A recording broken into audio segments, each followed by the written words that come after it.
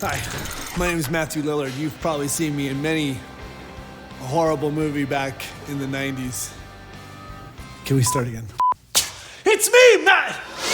Hi, I'm major motion picture star Matthew Lillard. Hi.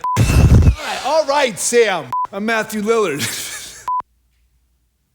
What's the line? You just do whatever the fuck. I almost had it.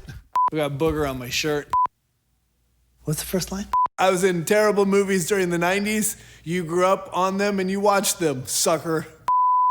My name is Matthew Lillard. You may know me as BEADLE from BEADLE and Grimm's. Last couple of years, our company is focused primarily on the DM, creating battle maps, in-world handouts, jewelry items, and of course, stuffed animals. Now it's time to focus on you, the players. Because when we gather around a table, we're not there to hear a story, we're there to tell a story. All of us. And sometimes that story goes on for years and is remembered only on coffee-stained scraps of paper or 3 random journals. But worst of all, it's in your head. And why is that bad? Because I'm not that smart. Bill's way smarter than me. When he says it's Grimm that killed the frost giant that was on its way to destroy the town, I can't really argue with him because I don't have it on a journal. And if I had it in a journal, sitting on a bookshelf, you could just say, hey, check out my journal. We all know the problem with a journal. In a real game, when are you gonna use that thing? On a real night of gaming, you bounce from a core rule book to the advanced player's guide, and of course your character sheet. And the entire game goes like boom, to boom, to boom, to boom, to boom, boom, boom, boom, boom, boom, boom, boom, boom,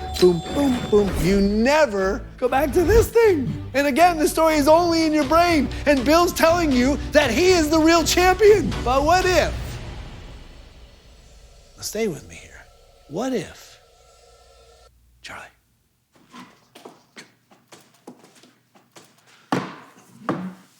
Charlie, thanks. What if we created a single book specifically tailored for your character class? And what if it had an enormous character sheet to record every detail of your character? Every stat, every strength, weakness, magic item, enemy, ally, even your familiar. And then took all the official Pathfinder rules, the spells, feats, and skills that you need for your class and your class only, and combined that with an expansive journal to capture your story.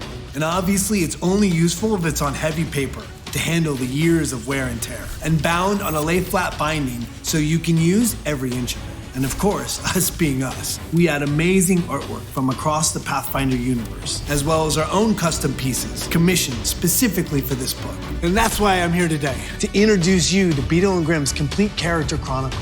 Character sheet, rulebook, journal, all in one. The tools to tell your story and the pages to preserve it. If my story had been included in one of these, I'm pretty sure that Beadle, the greatest dungeon delver ever, would have been the true hero of the group. Not Bodum, not Tanner, and definitely not Grimm. Because it all would have been written down, the incontestable truth. Or at least, a well-documented lie. Which is just as good. I'm Matthew Lillard, and we are Beadle and Grimm.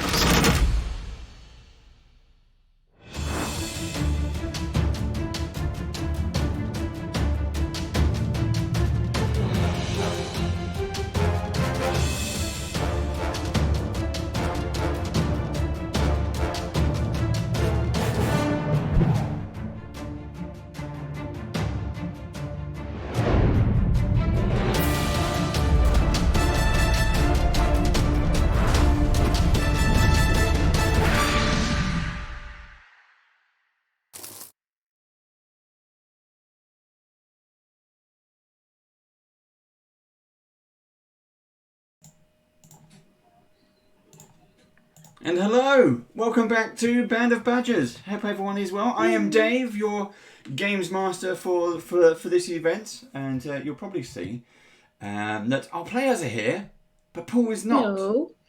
So we'll quickly say to hello players, how are you? Are you all good? Hello. Yes. Hello. All good. Hey, Yeah, Games Master Dave. Hello.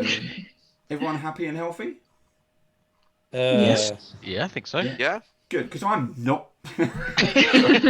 Yeah, how are you, Dave? I am a little under the weather this week. I am not good. But I am pumped full of vitamins.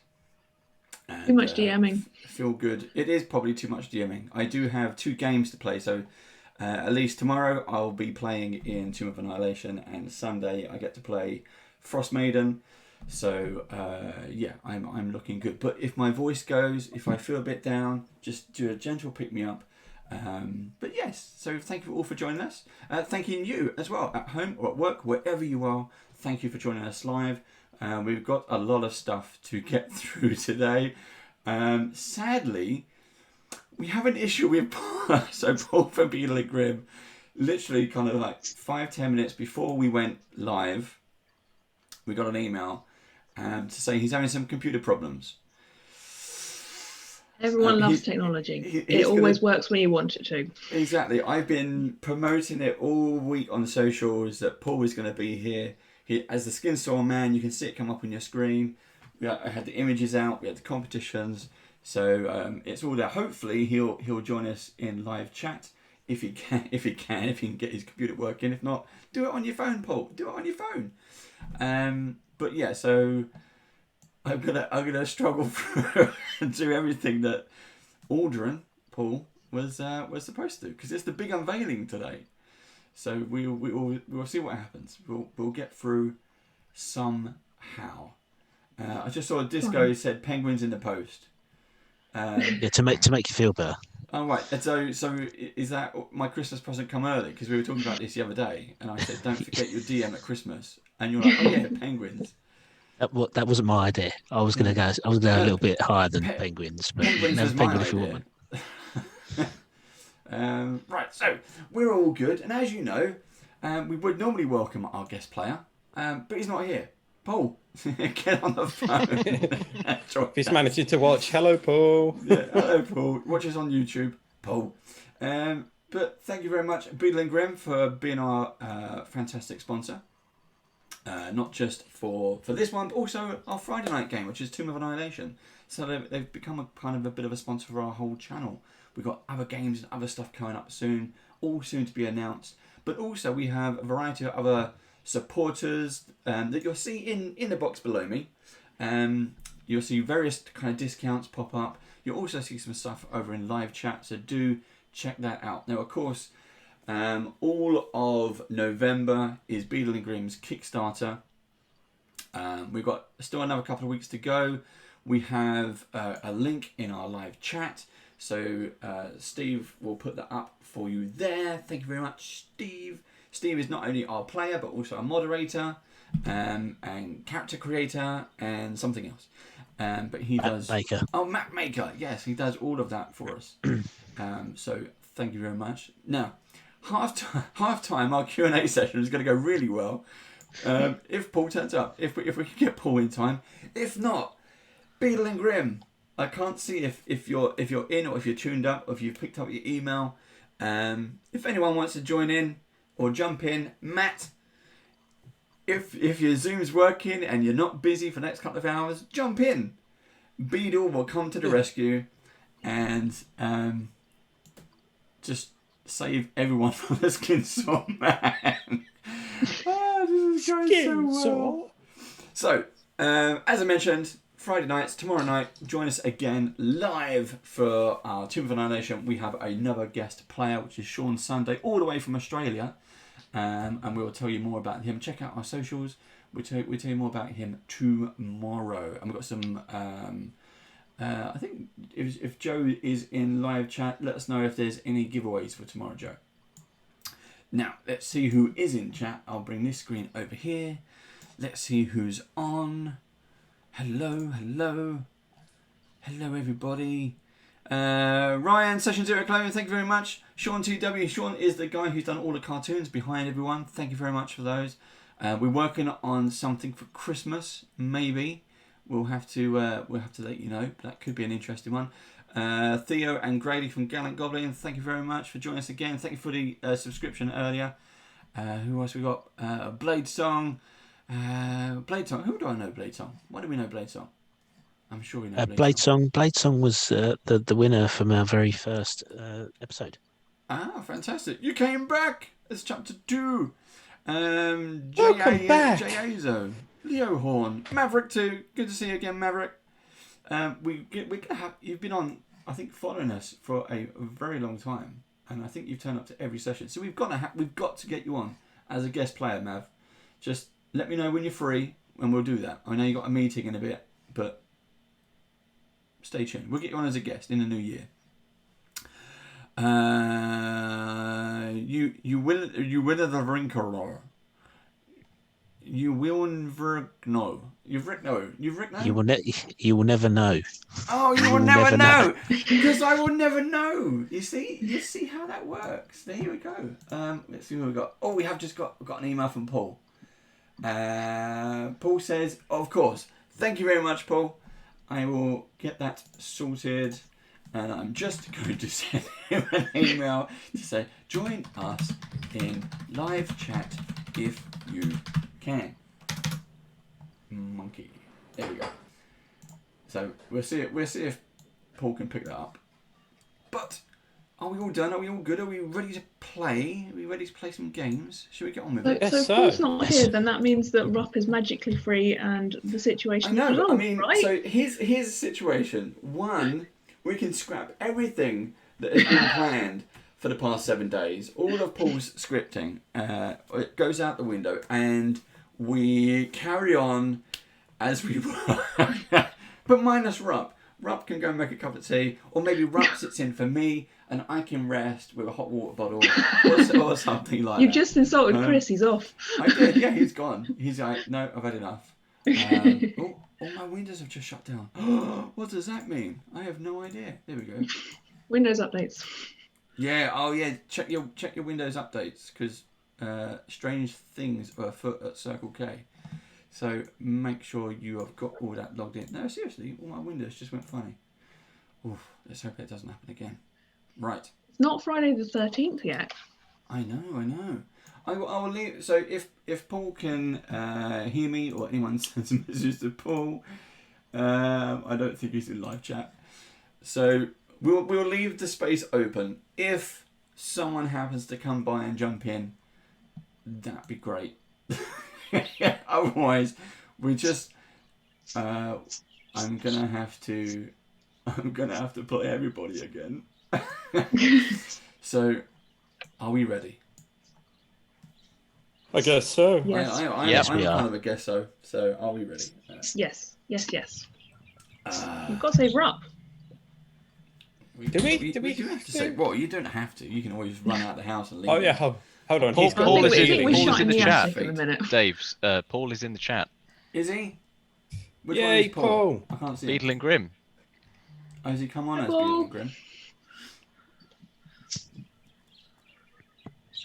Oh, he's not coming up on my listing yet.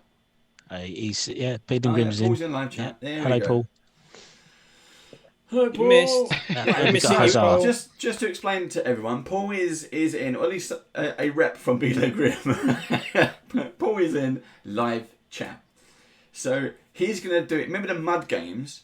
He's going to do everything, all his lines from live chat. No, he's not, obviously. No, that would be cruel. That would be really cruel. I think what we do is we'll let Paul in live chat.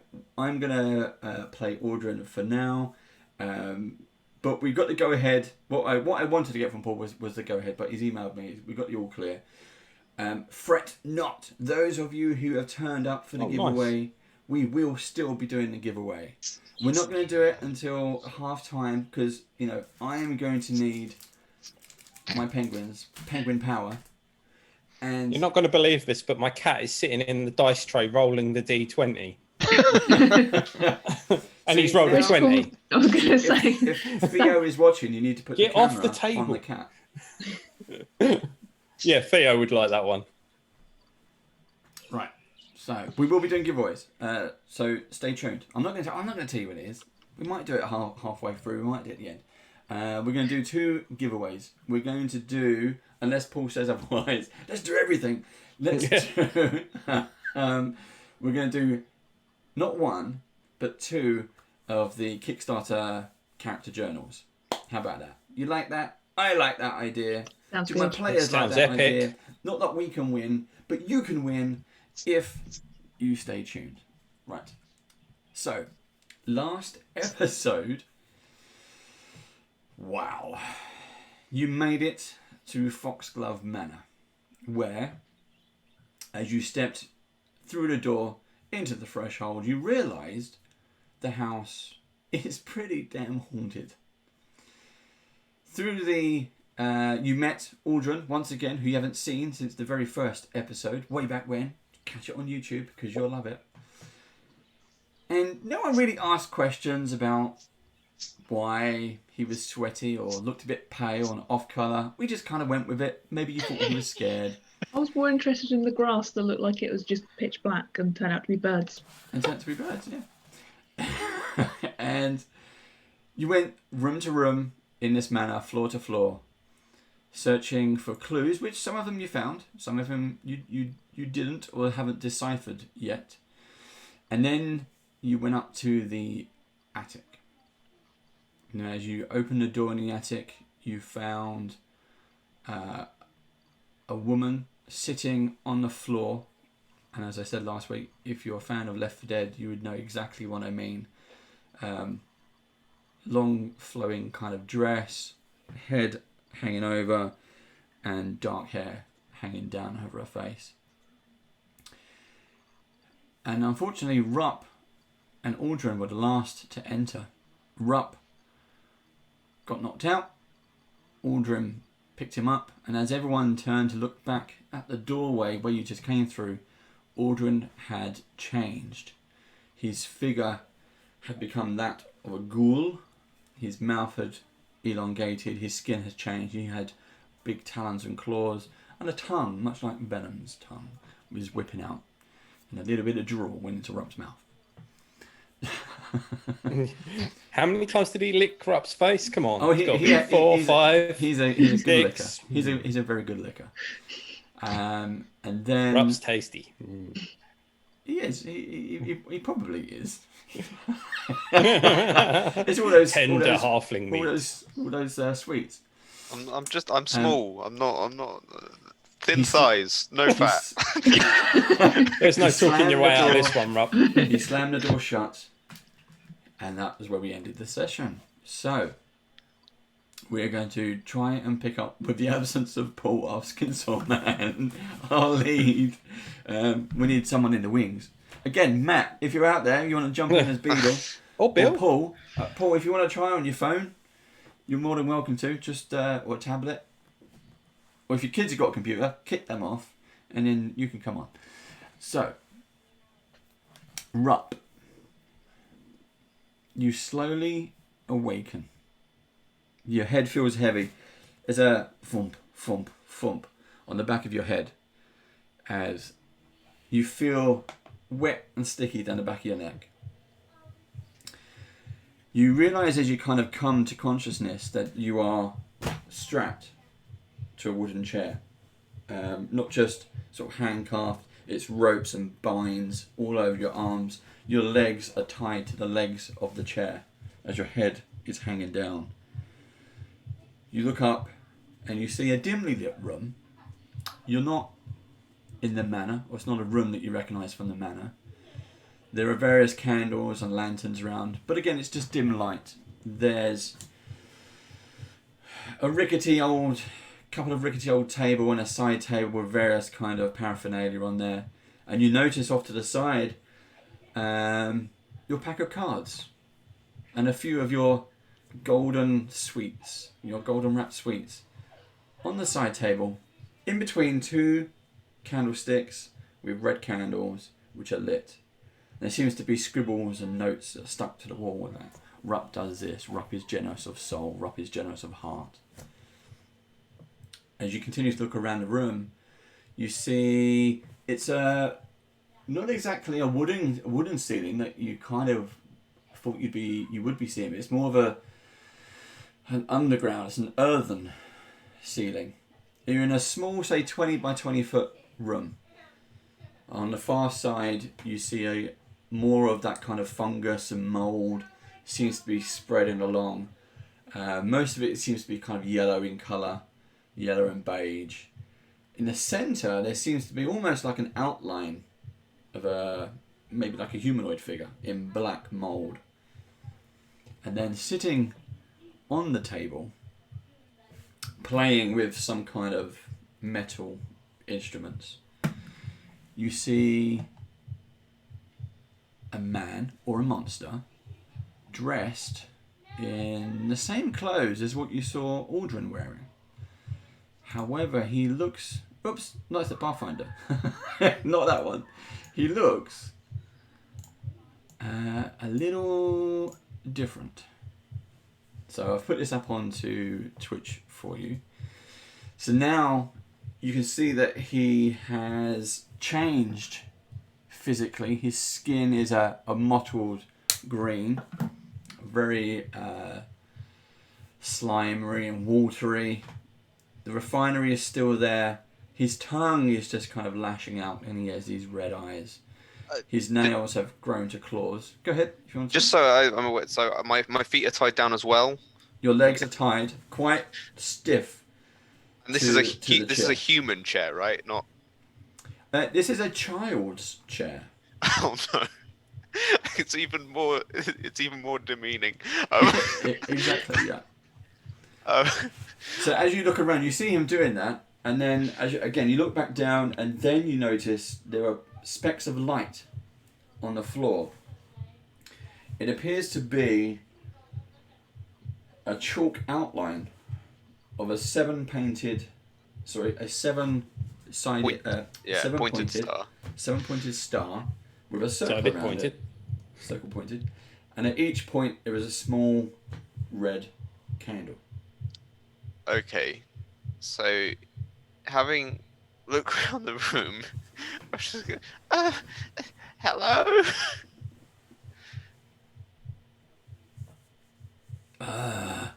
Master RUPP, it is good to see you again. Yeah, not very nice to see you, honestly. You've changed. Changed, some might say changed for the better. I am stronger. I am faster. My senses are entwined and in tuned to you. I can even hear your heartbeat. I must say it's quite inviting. I don't know if you wouldn't mind, but you could let me out of these I don't think so, Master RUPP. No, not today. And he hops down off the table. So no, see, I think we need to have a chat. There is something from you that I want. And he comes up Please, to you not as you're the tongue, sitting there. not the tongue. He puts his hand on your head, and you feel the talons kind of pull your head back up. And he's like moving your head around. It's okay. I'm not going to kill you, RUPP. At least, not right away. But I think you need something from me as well, maybe. Yeah, I mean, it seems like you're in the situation to ask for things. Yeah. That I am, and I do like very much to ask, but I am still so hungry.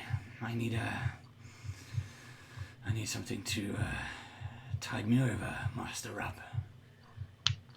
Well, I for one am extremely thin and bony. I have lost some weight over the last few weeks. Don't forget you've got worms in your tubes.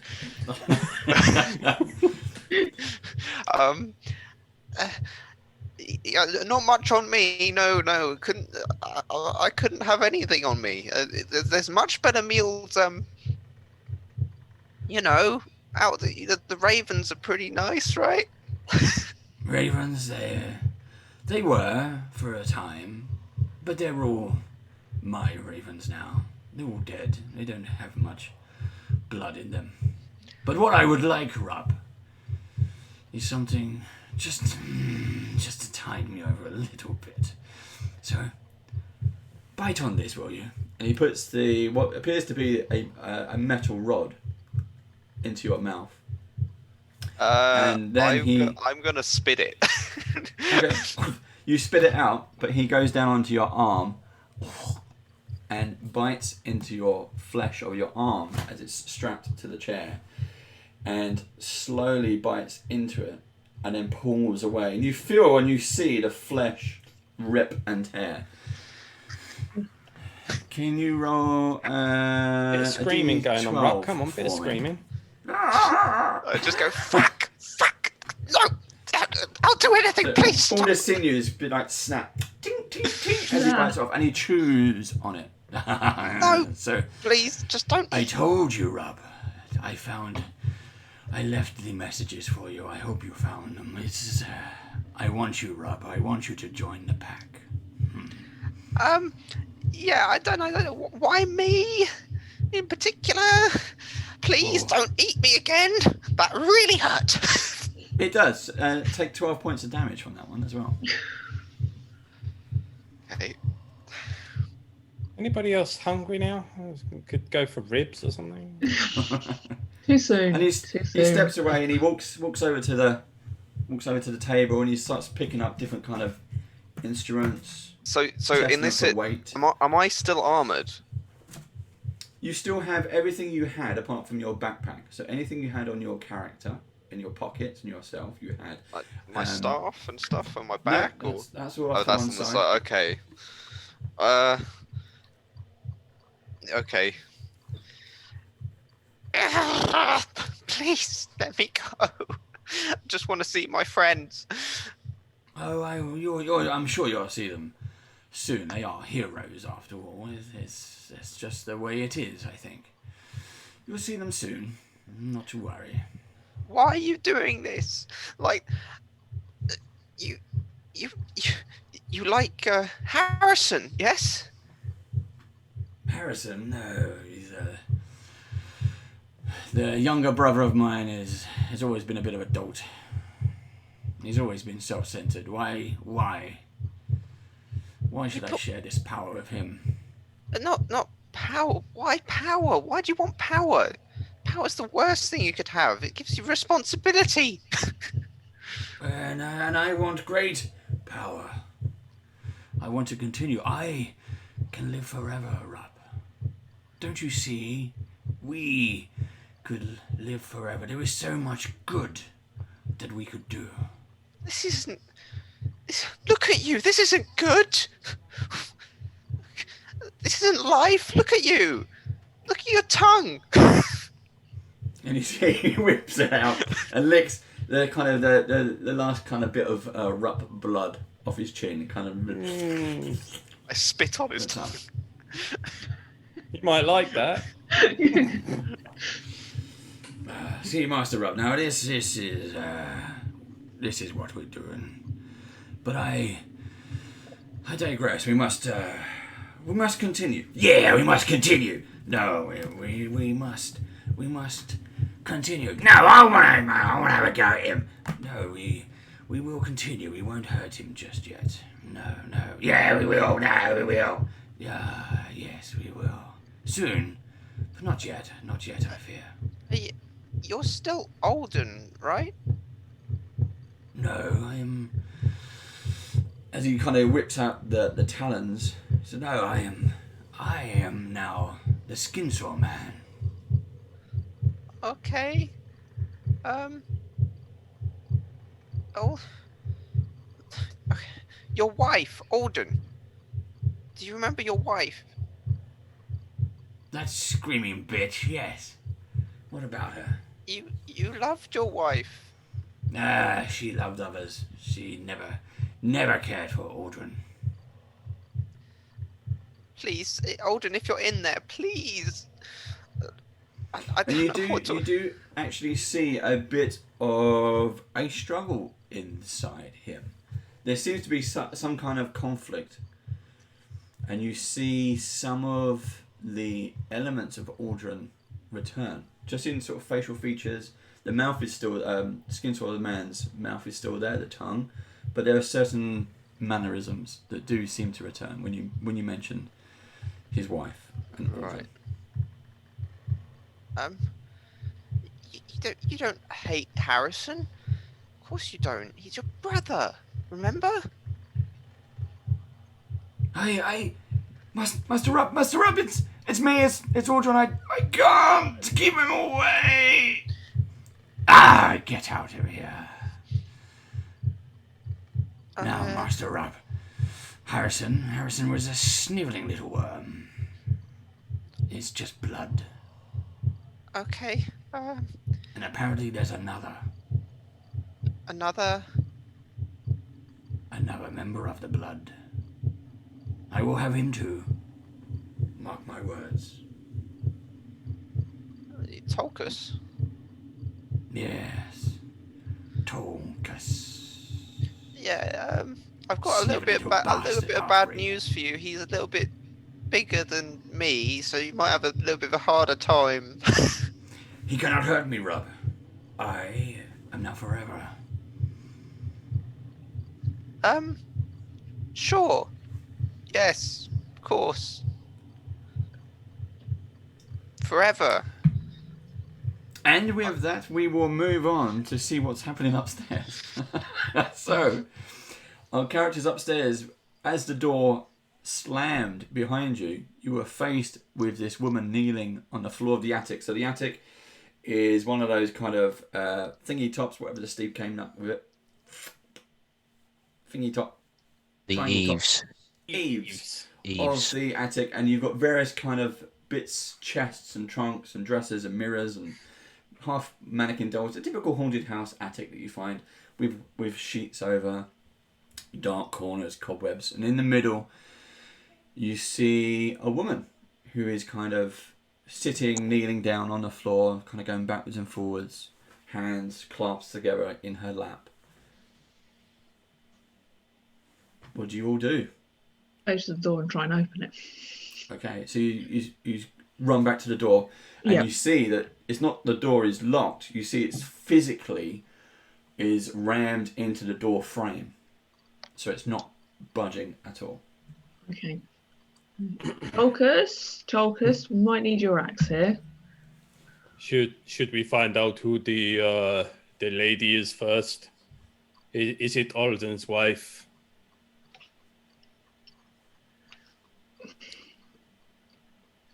We probably should, but we need to get RUPP as well. You deal with her. I get the door open, and I just Togus just goes like that. Stop. Just make way. And Stop. Leave what, the door. What is wrong, Elias? Well, I think we have a few things to sort out first before we move on. You are the brains of the operation. Harrison. Yes. Your brother seems to have taken a turn. Yes, well, it's quite a surprise to me, of course. And this woman, who is she? Do I recognise the woman? She's got her hair down at the moment. She's just sitting there, rocking backwards and forwards. You can hear her. You can hear her crying. She's sobbing and weeping. I don't know who this woman is, but I could hazard a guess. It could be his wife, I suppose. Focus will go over to the woman and say in his most gentle voice, "Hello, lady. Who are you? Are you okay?" And she says, in between sobs, I am Aisha, but I am no longer Aisha. Aisha was the name of your brother's wife, Harrison. Yes, yes. Then this is your sister-in-law. Oh, okay. Well, Harrison will walk over to Aisha and say to her, Aisha, can you hear me? It's Harrison. She's just standing there sobbing, rocking backwards and forwards. Are you okay? And Harrison's going to kind of check her out. Not in that way, but Like that was coming. Just to like do a general kind of like, you know, other than seeing that she's in distress, but just general kind of like investigation of sorts. You know, just looking at her. Can we help you, Aisha? Is there anything we can do? She's still. What exactly are you doing, Harrison? I'm just looking. Standing next to her while she's kneeling on the floor, and then looking at her. Yeah. Well, I'm gonna. She's kneeling on the floor. I'm also going to kneel on the floor to try and make eye contact with her if I can. Okay. So her head's down. Hair is all over her face. What do you want to do? I will attempt to brush her hair to the side, to kind of get her to see me, almost kind of gently, brushing her hair to the side. Tender like. So as you lift up, part of her hair, you tuck it kind of behind her ears, and then you kind of lift her chin. You see as she looks up, the visage of she's got white eyes. Her hair, her skin is all kind of a light grey and dead. Her hair is almost kind of falling out as you're pinning it back as well. As you're doing this, strands of the hair to come off. And she kind of reaches for you, right to your face. And you see that she's got broken nails. It's all just pretty much skin and bone. And she's just wailing at you. Okay. I will attempt to try and, either keep her at bay or trying to stop her from getting at me. Just kind of, holding my arms out to stop her from getting at me. Okay, so she's grabbing your arms. Why wasn't you here, Harrison? Why did you leave us? I was on business. It's what I do. I'm a businessman. Like your husband. He's not my a brother. Businessman. He's a murderer. Well, yes, we've found that out now. What can we do to help? It's quite strange you're in here. What happened to you? I mean, he killed me. He killed me, Harrison.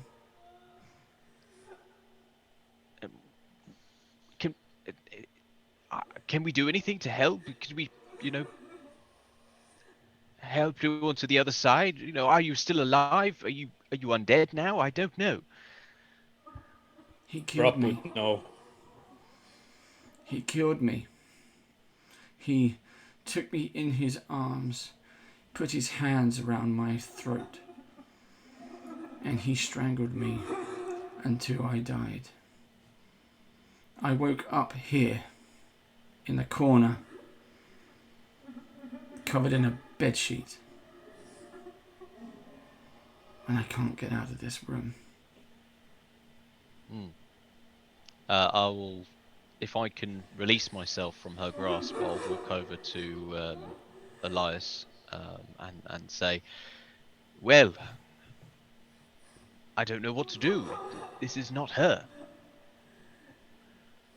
I mean, it is her, it's not but her? it's not her. She's dead. I'm not. I don't. If only we had RUPP here, or I don't know what to do in this situation. But that's the problem, isn't it? We don't have RUPP here. The best part of us has been taken by your brother. Your sister lies before you, murdered by your brother's hands, and quite frankly, your indifference makes me suspicious. We're not leaving this room to find RUPP until I am convinced that you're not a part of this. Okay. And how would I prove that I am not part of this? We saw downstairs in the pictures how your various ancestors and family members met their gruesome ends. Now, I am not a compassionate person. I generally make my way through this world alone. But in RUPP, I saw a kindred spirit. Somebody that I used to be over 100 years ago, back in a time when your great-grandfather still walked this planet.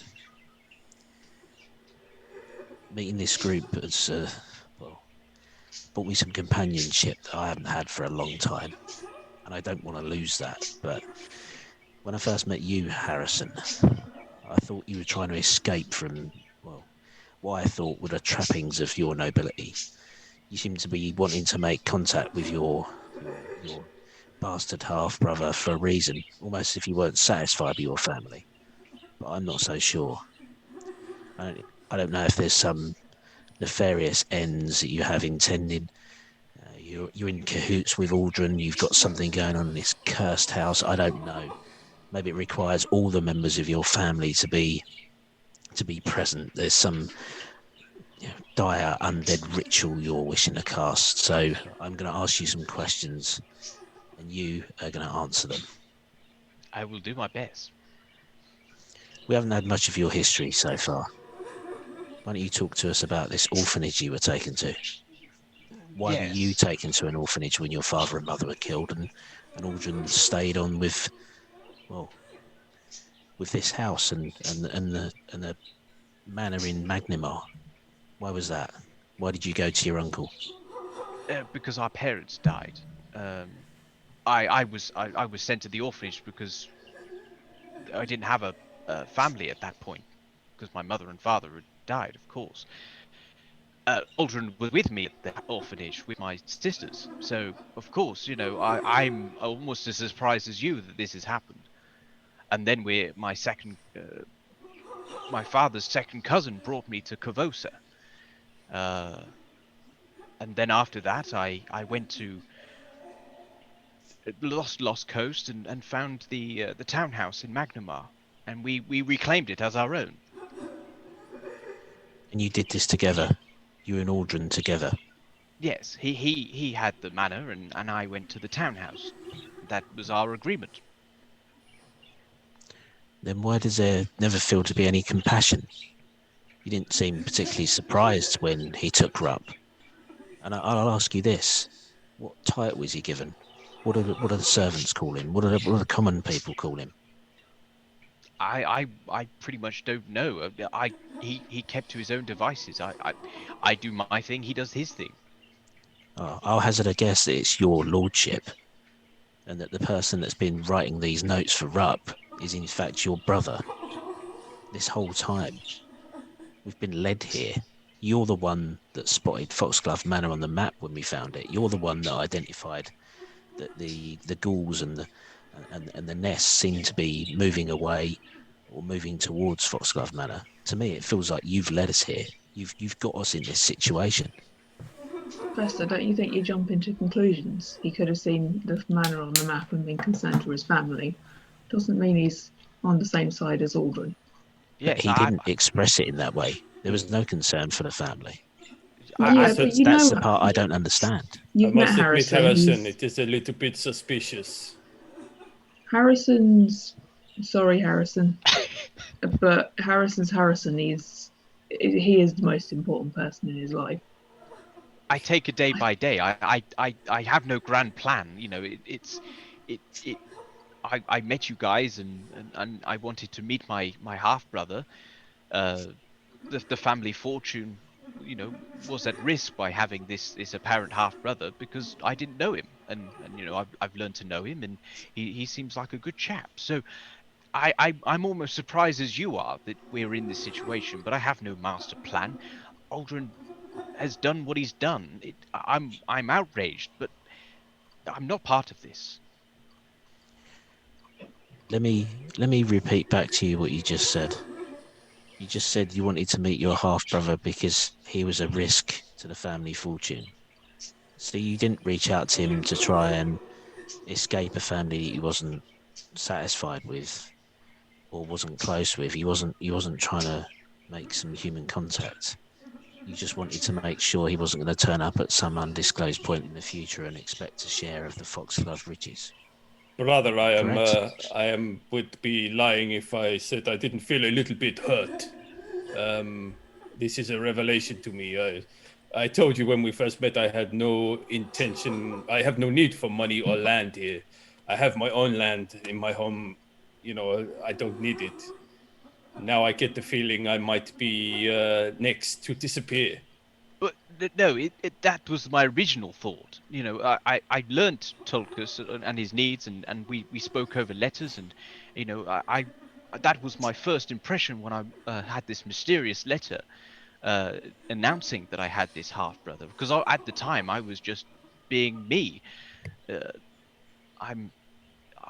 I wanted to meet him and obviously make sure that he was no risk. But we've met, and I'm not I don't have the same thoughts. I'm just traveling with you lot as. Harrison, when you said you got that letter, did you Yes. say you had a black feather with it? Yes. Well, it was delivered by a raven, I believe. Tolkus, what bird was yours delivered by? I believe it was a raven. DM, were they ravens outside that we saw? Yes, they were undead ravens. They're called carrion. I think that Alden knew more than he let on, Harrison. I think he already knew about Tolkus. I wonder if he's drawn us all here. I never did find out who the first letter came from, because it didn't come from you, Harrison. No. You both got mystery letters, didn't you? That's what you said. Yes, I learnt of Tolkus's existence, and I contacted him to find out more. Professor, I think this is one big plot by Alden, or whoever Alden is. I don't think Harrison's got anything to do with this. I think maybe he's in danger, same as Tolkus. I trust you, Yelena, and I hadn't realised about the ravens. That's an extremely astute observation.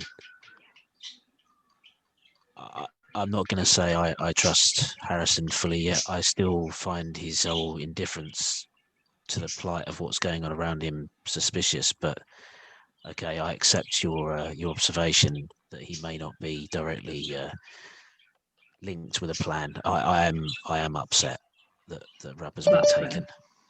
I am angry that we're in this situation. So yeah. I don't think RUPP is in any immediate danger.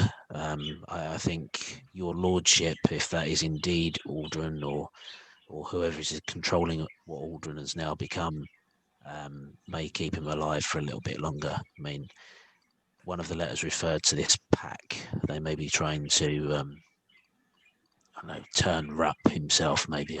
I don't know. We probably need to find out if Aisha has any more information and, well, help her in some way. What she wants. Right, I'm just going to interrupt quickly because Paul has managed to join.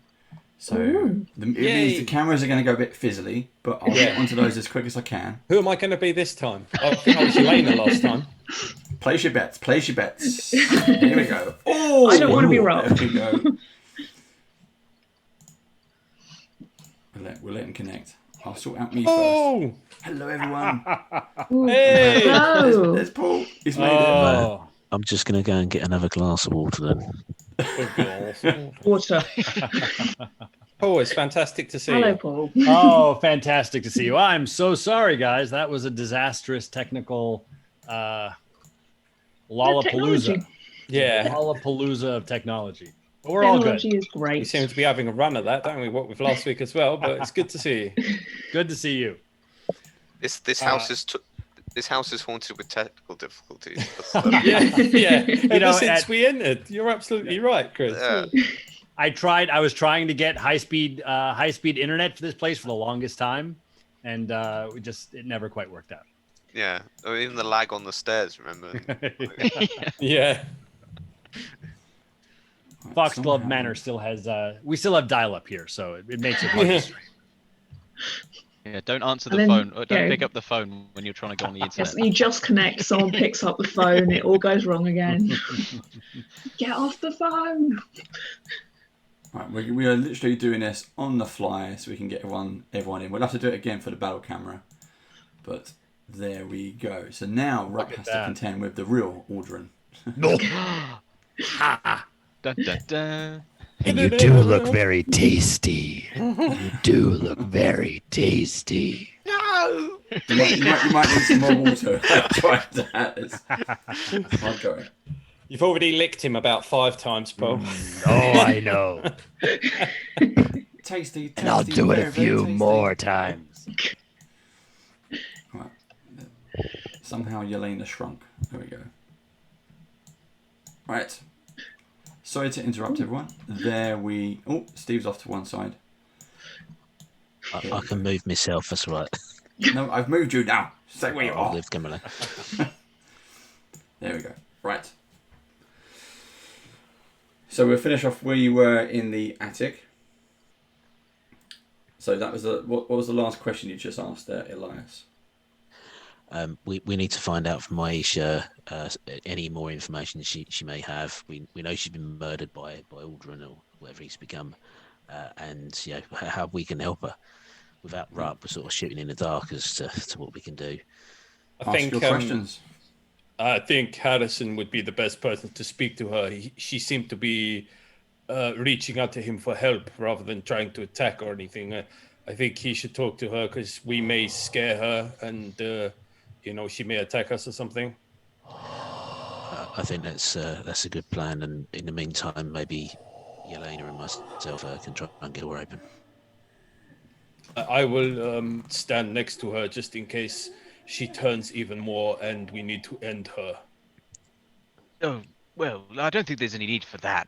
Tom. Well, hopefully not, but, if your questions come badly, maybe we will need to kill her. I don't know.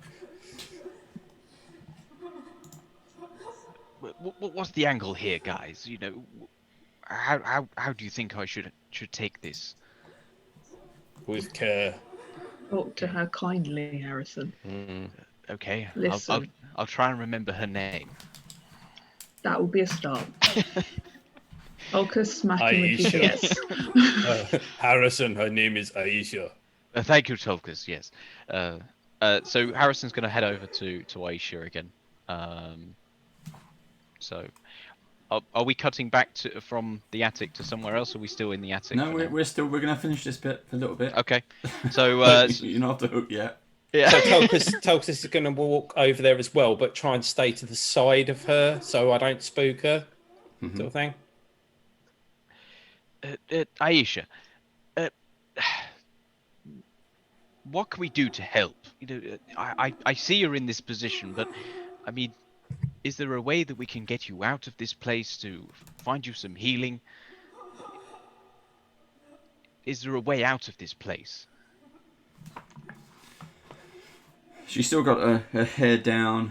The hair's kind of fallen back down from where she's kind of weeping and nodding her head. And she says, there's no way out for me. I couldn't get through the door, but I saw him in the doorway, and there was an anger boiling up inside me.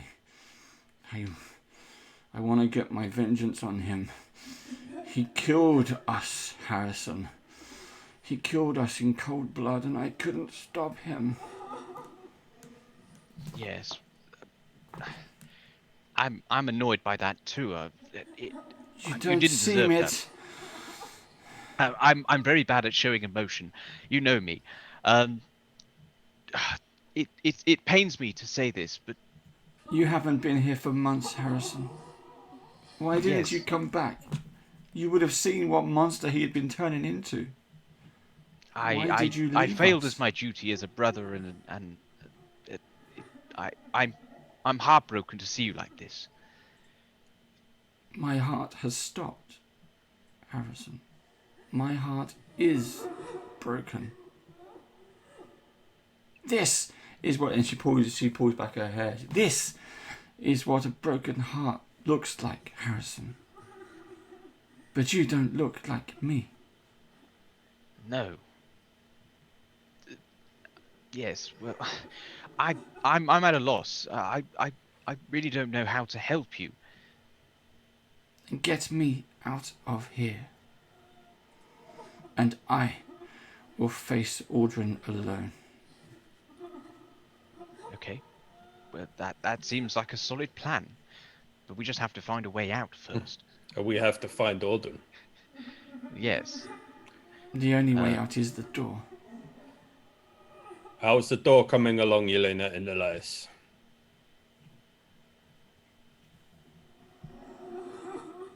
You're on mute, Steve. You're on mute. Elias is talking, but no words are coming out of his mouth. Has he been cursed? I cast silence by mistake. Can I make a investigation check, perception check on the door? Just search around the door jamb and everything, see if there's, is there some sort of magical effect that's holding the door closed, or was it just the sheer strength of it being slammed closed that's jammed it home? Go for it. You can try.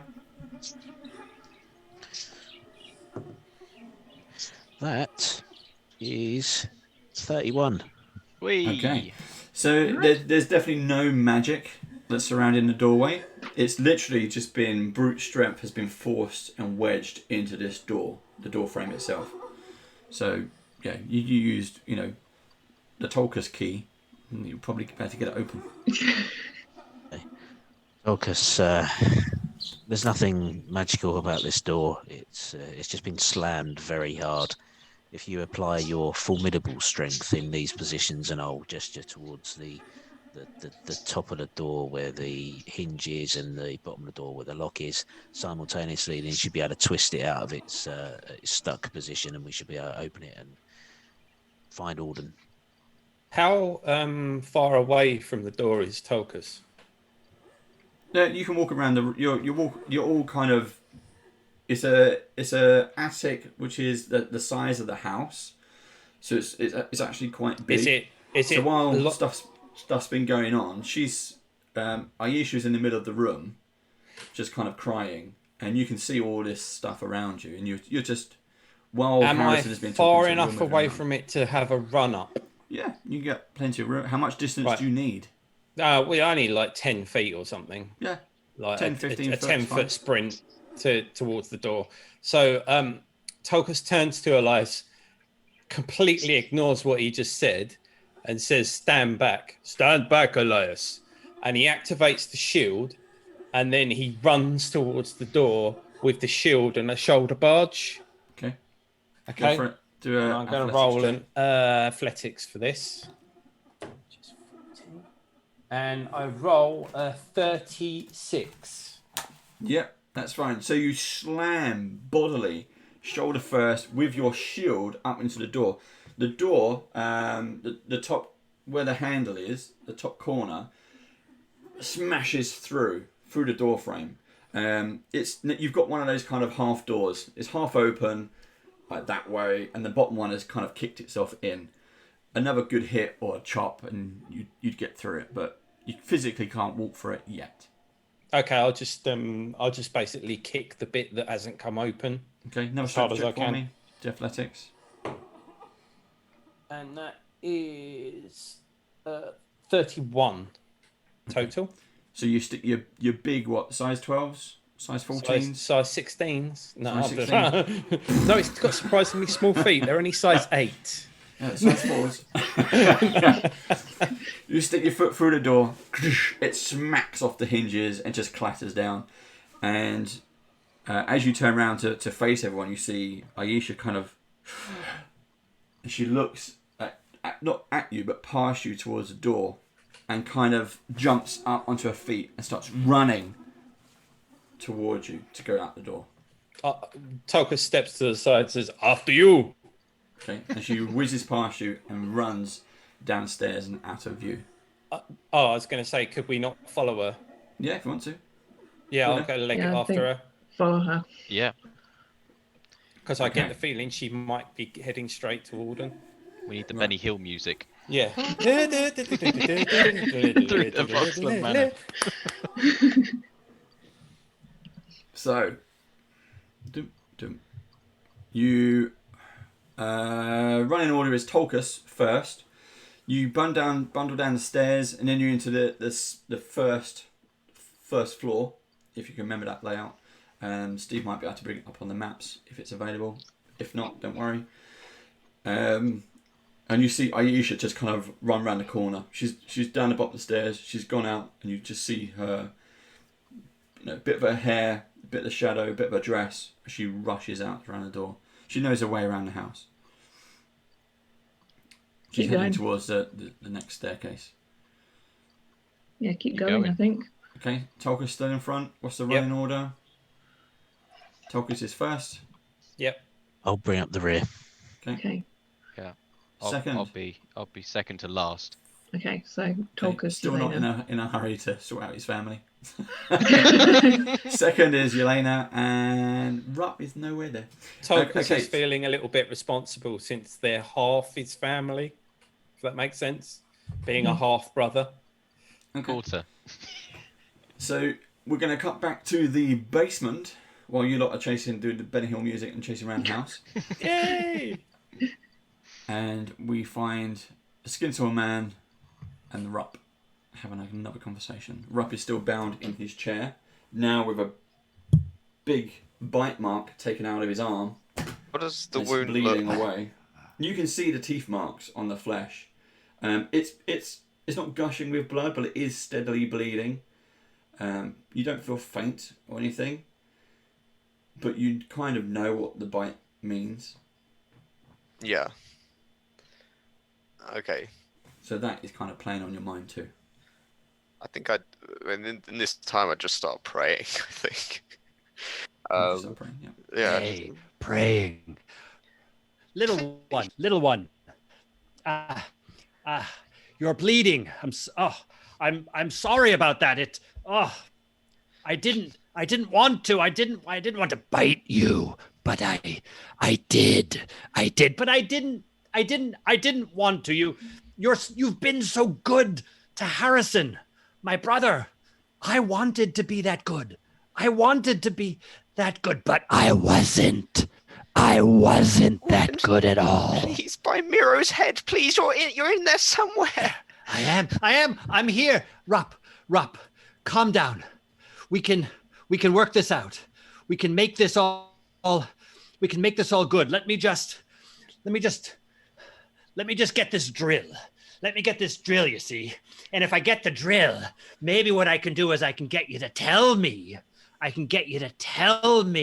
how it is that you've been so good when the rest of us are so bad.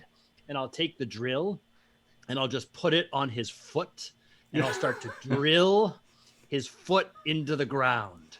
So you see, if I just drill it, maybe you'll tell me. What do you think? Yeah. Keep Alana and Whistle safe. Stop. Sorry. And I put the drill away. So, Rupp, you've got to understand, it's not me. It's not me doing this. It's if you just untie me, I could help, please. Oh yes, right. If I just I want to. I do, but if I did, I wouldn't be able to hurt you anymore now, would I? Yeah. Please. It'll all be over soon. Please, just keep my friends safe, please. Alana and Whistle, please let them live long lives. Just let me go. Rupp, tell me. Why are they your friends? How is it you're friends with them? They gave me food and shelter and helped me become a bit better man, I guess. Oh, I envy you, Rupp. To be the better man. Yes. But it wasn't to be. No, afraid not. I was just a stowaway on a ship before I met them, but now I actually help people. Like, please, I just want to help people. They're my friends. Just let me go. So nice. So wanting to help people, don't you? I'm going to go right up close to you. Come, and I'm going to say, Rupp, I can almost taste the goodness in you. I can almost taste the goodness. If it wasn't for the Brothers of the Seven, maybe I'd be just like you. If it wasn't for the Seven. But it's not to be. And I'll take a bite out of his other arm. You're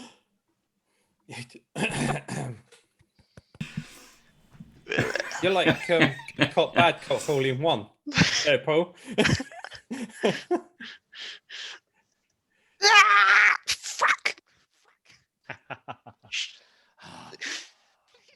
go. I wish I could. I can't. They won't let me. They won't let me. I have to do what they say. Look, Aisha, you love Aisha. Why did you kill her? Don't speak her name. Don't speak her name. It's too painful. It's too painful. It's as painful as it's gonna be for you. You speak her name. You speak her name. The pain. The pain. You mentioned the seven. The seven. Yes. The seven. The brothers of the seven. They made me do this. Oh. They got me addicted. They got me addicted. They said they would help me. They said they would help me. The money. There's so much money to pay for this damned manor. Look, we can help, Alden. You don't need to. Yes. Can you? Yes. We this can house. Help? Yes, of the course. House. Yes. Aisha, can you help Aisha? They said they would help. They said they would help Aisha. Can you help Aisha? By Desna's name, we can do our best. Your best. I don't think your best is good enough. The seven couldn't help. The seven couldn't help. Zanisha couldn't help. They said they would. They said they would, but they didn't. Well, they're not like me. I'm telling you the truth. We can help you, Alden. We can help. Yeah. Please, if you let me go. I wish I could. Maybe just a little bit. Maybe. And he goes to start to untie. And then instead he just pulls it tighter. Please, not on the wound. Please. No. No. You see that? And he points to one of the walls where there's an outline, a shadow, and he says, that is what our family will turn to. That is what our family is about. There is no escape from that. So is that the humanoid figure on the wall, the fungus type thing? Yep. What is that? I don't know. It showed it. Is that the same? Did it show us memories? Oh, I don't. It's memories. It's all kinds of memories. It's evil. It's our family. That is our family. That was my great uncle, Vorel. Oh, right. Such power he had. He had such power, and he wasted it. He lost it. Oh, Rupp. Was he like you? Was he like me? I don't know. I don't know who's like me. What has happened to me, Rupp?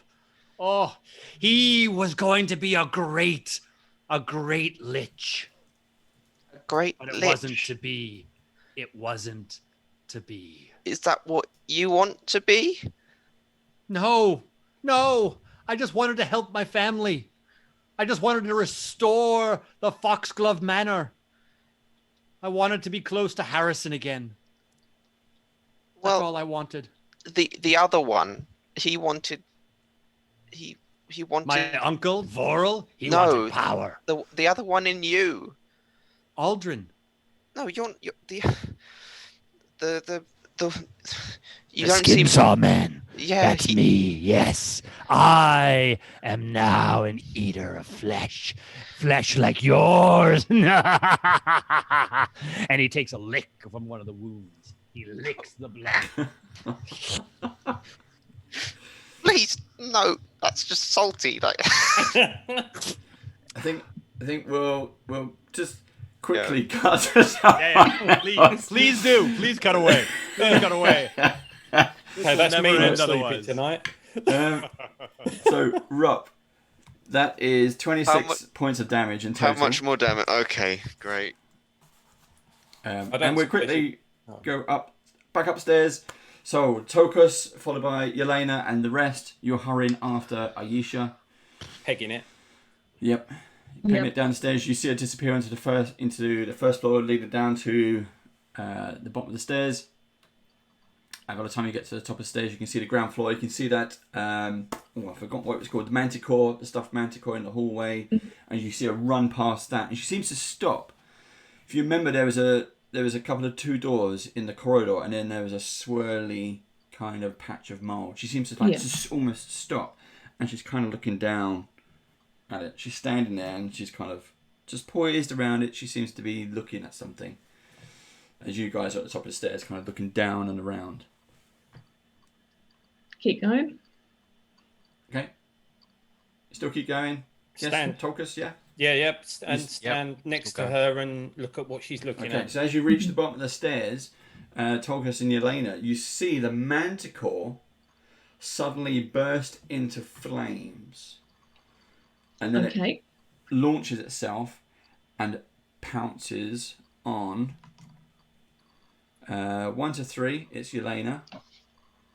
4, 5, and 6, it's Tolkus. It lands on Yelena. Oh, no. Of course it does. I'll show you. We did have a picture of it. We have a quick look, see if there's a picture. There we go. There it is. So it seems to leap out of the body, and this fiery manticore hurtles down on you, and that is a 24 to hit. That does hit, yes. Okay. And doing... I should have had more dice ready. Hold on. 1, 2, 3... Oh, no, I've got another one now. Hold on. Oh, right, I do not like the sound of that. You're not going to like the sound of it. I just need a calculator quickly. Right. I really do not like the sound of this. Uh-oh. Okay, so the fiery manticore jumps up and leaps on you. Like you physically feel the paws hit you, and the weight pounces you to the floor. And it doesn't bite you, but it opens its mouth, and the flame just gorges out. It's burning into your face. Tolkus, you see this. You've been kind of pushed to the side. Yelena, you take 69 points of damage. Okay, I've got 5 hit points left. This is Tolkus, fine. You see Yelena just being fried and cooked as she's laying on the floor. Obviously screaming as her face and her upper body get is being this off me, Tolkus. Can I flame-throwed. So, and then you blink, and Yelena is laying on the floor, just screaming, and nothing's there. Perfectly okay. Did she actually get hurt then, or was it just? Did I take the damage? You did not take the damage. Oh, thank God for that.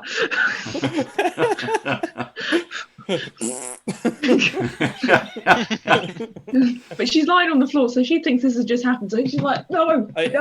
I'll go pick her up and try and, Yelena, don't worry. It wasn't real.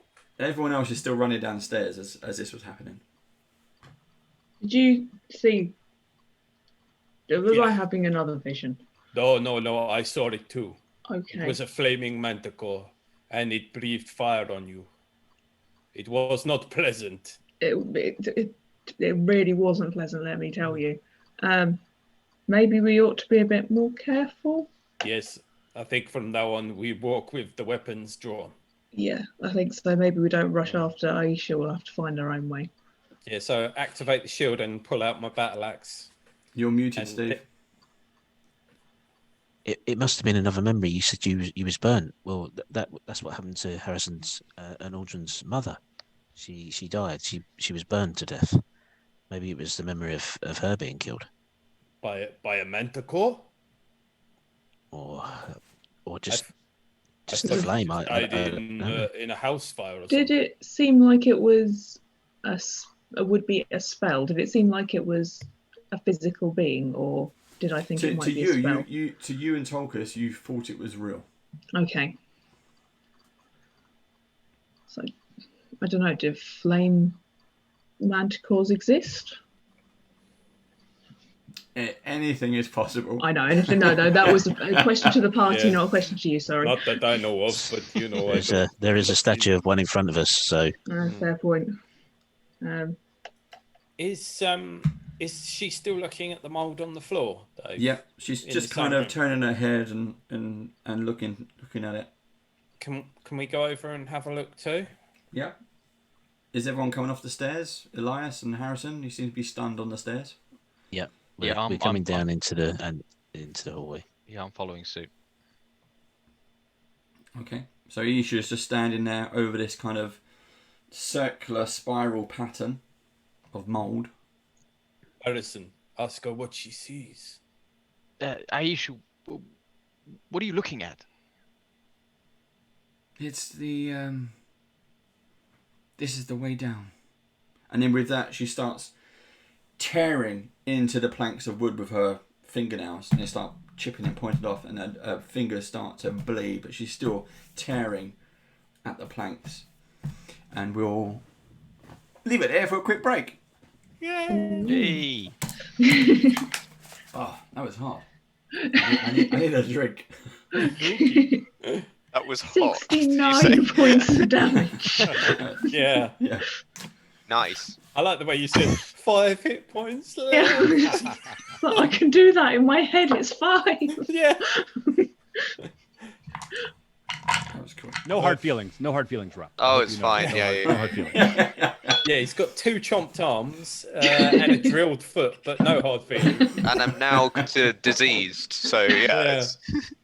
You want to know what the disease thing? It's not as bad as they say. Oh really? Yeah. You totally get used to it, and after a little while, it's it's okay. Well, you just use RUPP special sauce. He'll treat you in 8 hours. It's fine. Right, what we're going to do, we're going to showcase the Beadle and Grim Kickstarter advert. So all the players here, you've got about 3 minutes to go get a drink and snacks and whatever else you need to do, bio break. For you watching, to stay with us, because we're going to do a Q&A with, I was going to say Aldrin, then a Q&A with Paul, or whichever personality he seems to be at the moment. Let's hope for Paul. Kickstarters. And please save us. Hi, my name is Matthew Lillard. You've probably seen me in many a horrible movie back in the 90s. Can we start again? It's me, Matt! Hi, I'm major motion picture star Matthew Lillard. Hi. All right, Sam. I'm Matthew Lillard. What's the line? You just do whatever the fuck. I almost had it. I got booger on my shirt. What's the first line? I was in terrible movies during the 90s. You grew up on them and you watched them, sucker.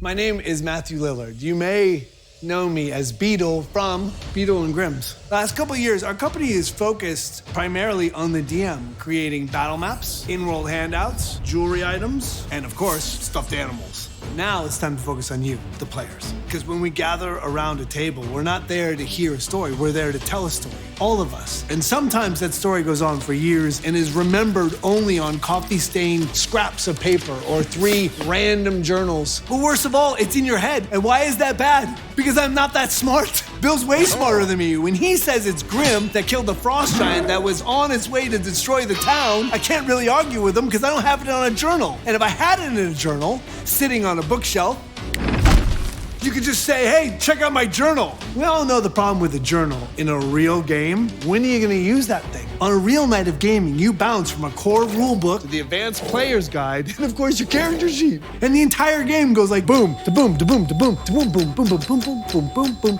boom, boom, boom. You never go back to this thing. And again, the story is only in your brain, and Bill's telling you that he is the real champion. But what if?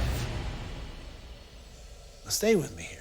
What if, Charlie,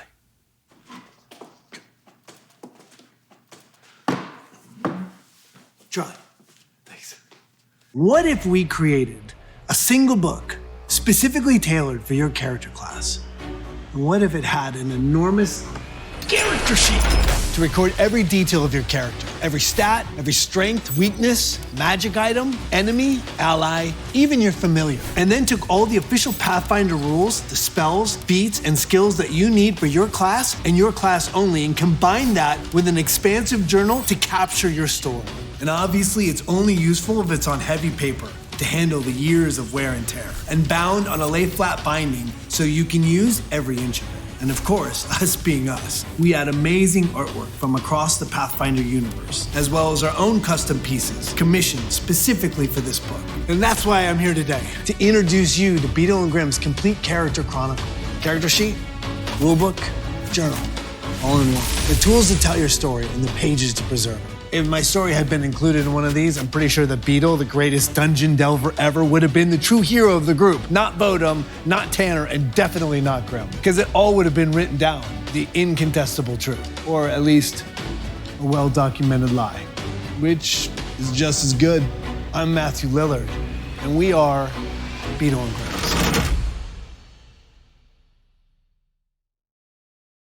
Make a cup of tea now. I think you need a cup of tea now. Hello everyone, welcome back. We are gonna run. So Steve, we are gonna run a competition. Yep. Yep. So what we're gonna do is, what's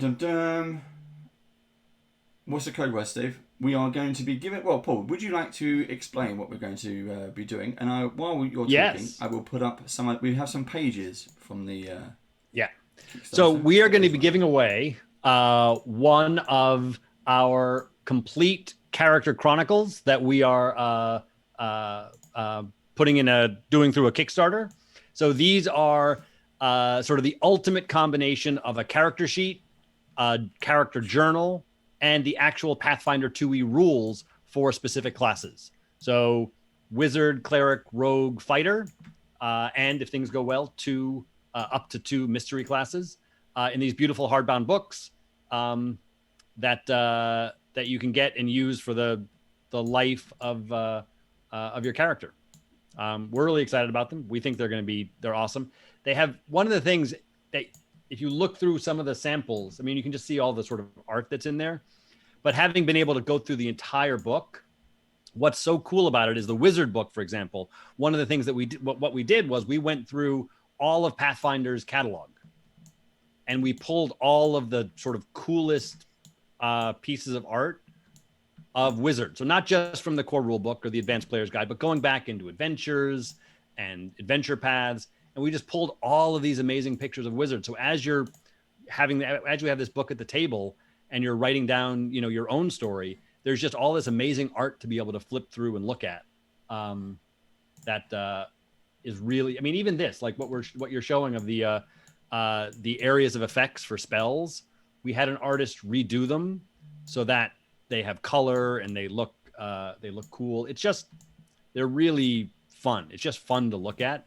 And it's really the idea that, most of the time when we're sitting around a table, it's the DM that gets all the cool books, right? We all just have a little piece of paper in front of us, and the DM has this stack of books with pictures and maps and all kinds of stuff. So this is a way of sort of evening the odds and giving the players something cool at the table to look at.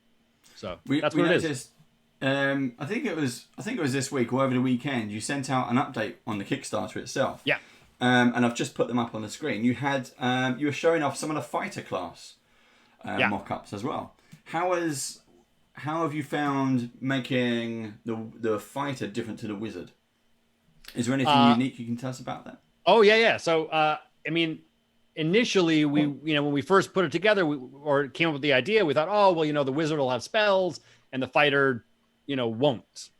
But once we actually started getting into sort of, what would a fighter want? We started thinking of, all the things that the fighter would have and would want.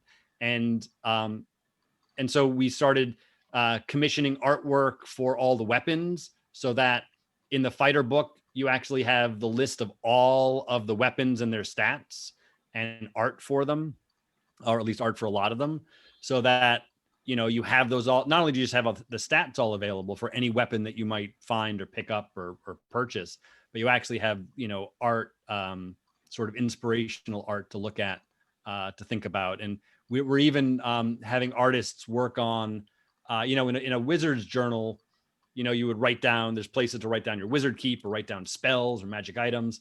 But for the fighter, we're actually adding these little, diagrams and places so that you can mark sort of where you hit people and what kind of damage you did. And it's one of those things where the more we do it, the more fun it is to just come up with, what would be cool things for, a fighter to have at the table.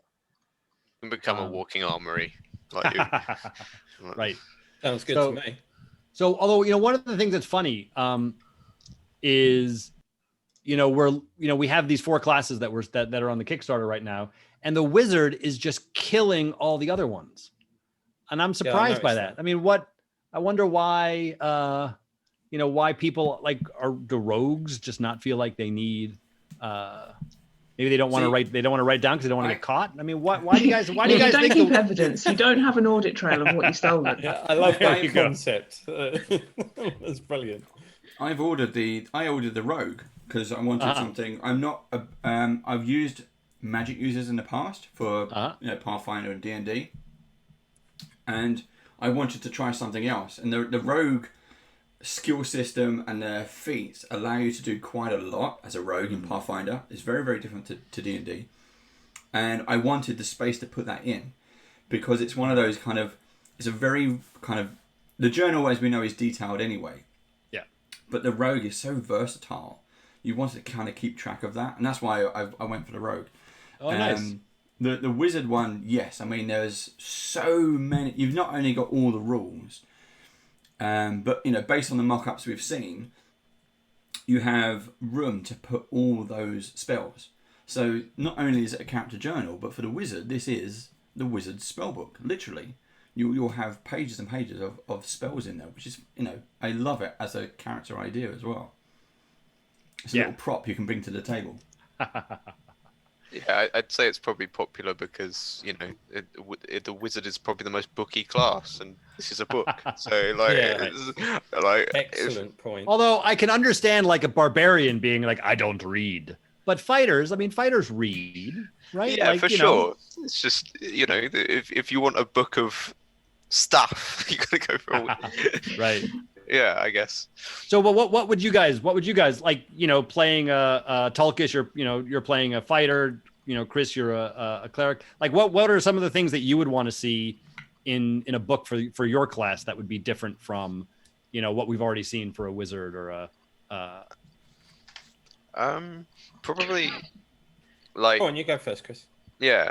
I think the way the spells work for cleric is a bit different than wizard, for example. You've got they've got lots of stuff in their spell book that they can prepare every day, but we've got the whole spell. We know the whole list of spells, so it's quite a lot different than a wizard who only has a certain amount. So I think be able to prepare those spells every day, and it's a bit different than D&D, for example, where you can choose any of them to put in. You have to choose them. To put in any spell slot, you have to choose exactly what spell goes in what spell slot. So I'd like to see that kind of on the page. But yeah, it'd be different for every situation. I think it's quite a really flexible class cleric. So yeah. You can have something with as well the wizard. Again, from looking at the mock-ups, the wizard character sheet. On in you have ranged and melee. The quick selection on your first page of the character sheet. For wizard, they've actually put that in there as well, which is fantastic to see. So your favourite spell, your go-to fireball, is just there. So you've always got that. I think having something like that, not necessarily on the same page, but for a cleric works just as well. So yes, you've got your entire reference library of spells you can have. You're going to have your go-tos, which is your prepared ones you're always going to have. But yeah, I see the same point. I completely agree with Chris. I think it definitely would be good to have something there, but everyone has a go-to. But, I mean, clerics can also be martial as well. I mean, I'm not playing a martial cleric, but they can definitely bash things in if you build them right. So yeah. I've gone for the cleric book. because obviously I'm playing a wizard now. So if we play another campaign, that I'm going to play the wizard. So I thought I'd go for the cleric book. So yeah, I'm looking forward to seeing that one. And it's got a nice white cover, the gold inlay as well. So it looks pretty good.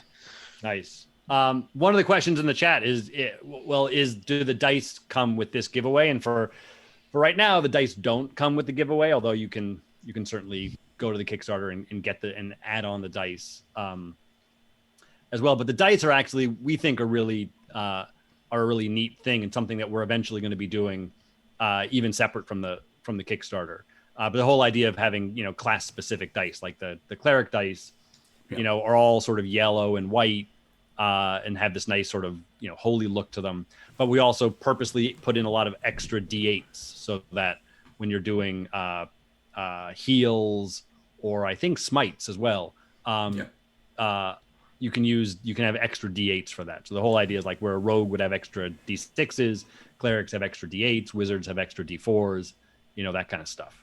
Yeah, they're very. Really I like that. I didn't notice that actually. So when we saw when the Kickstarter went live and we saw the dice, I think for the first time, and the mock-ups, I mistook them for, yes, they were coloured and you get the nice tin, but a set of 14 dice. I didn't even count them, and it didn't register. Right. I think Bill mentioned it, that these are, yes, as you say, they're specific for each class. So the wizard, these are the wizard's dice. These are the rogue's dice.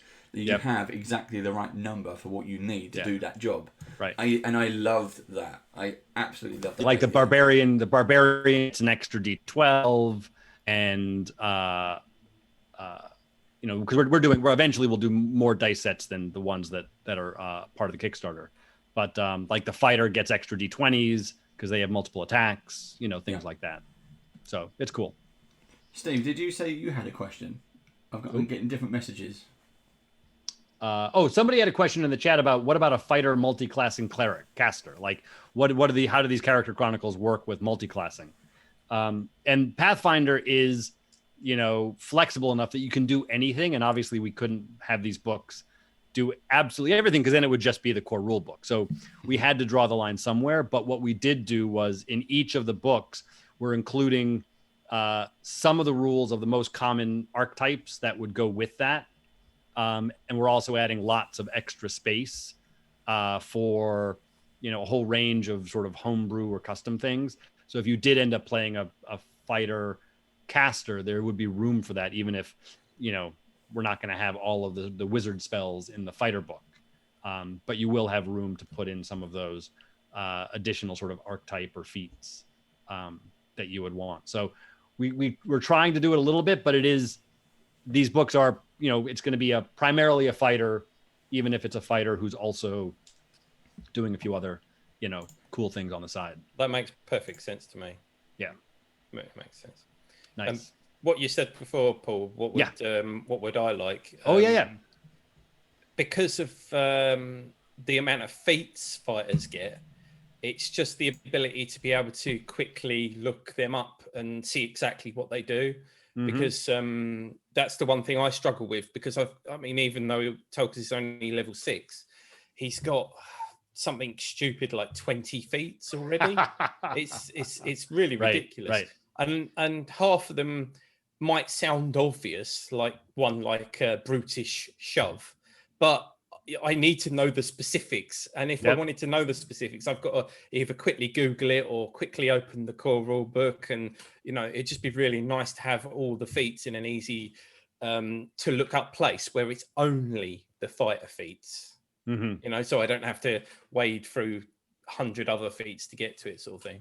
So that's kind of, from my selfish point of view. And also from the dice, I because of the amount of extra damage dice, I think you'd need to shove in extra D8s, extra D6s, extra D12s. Right.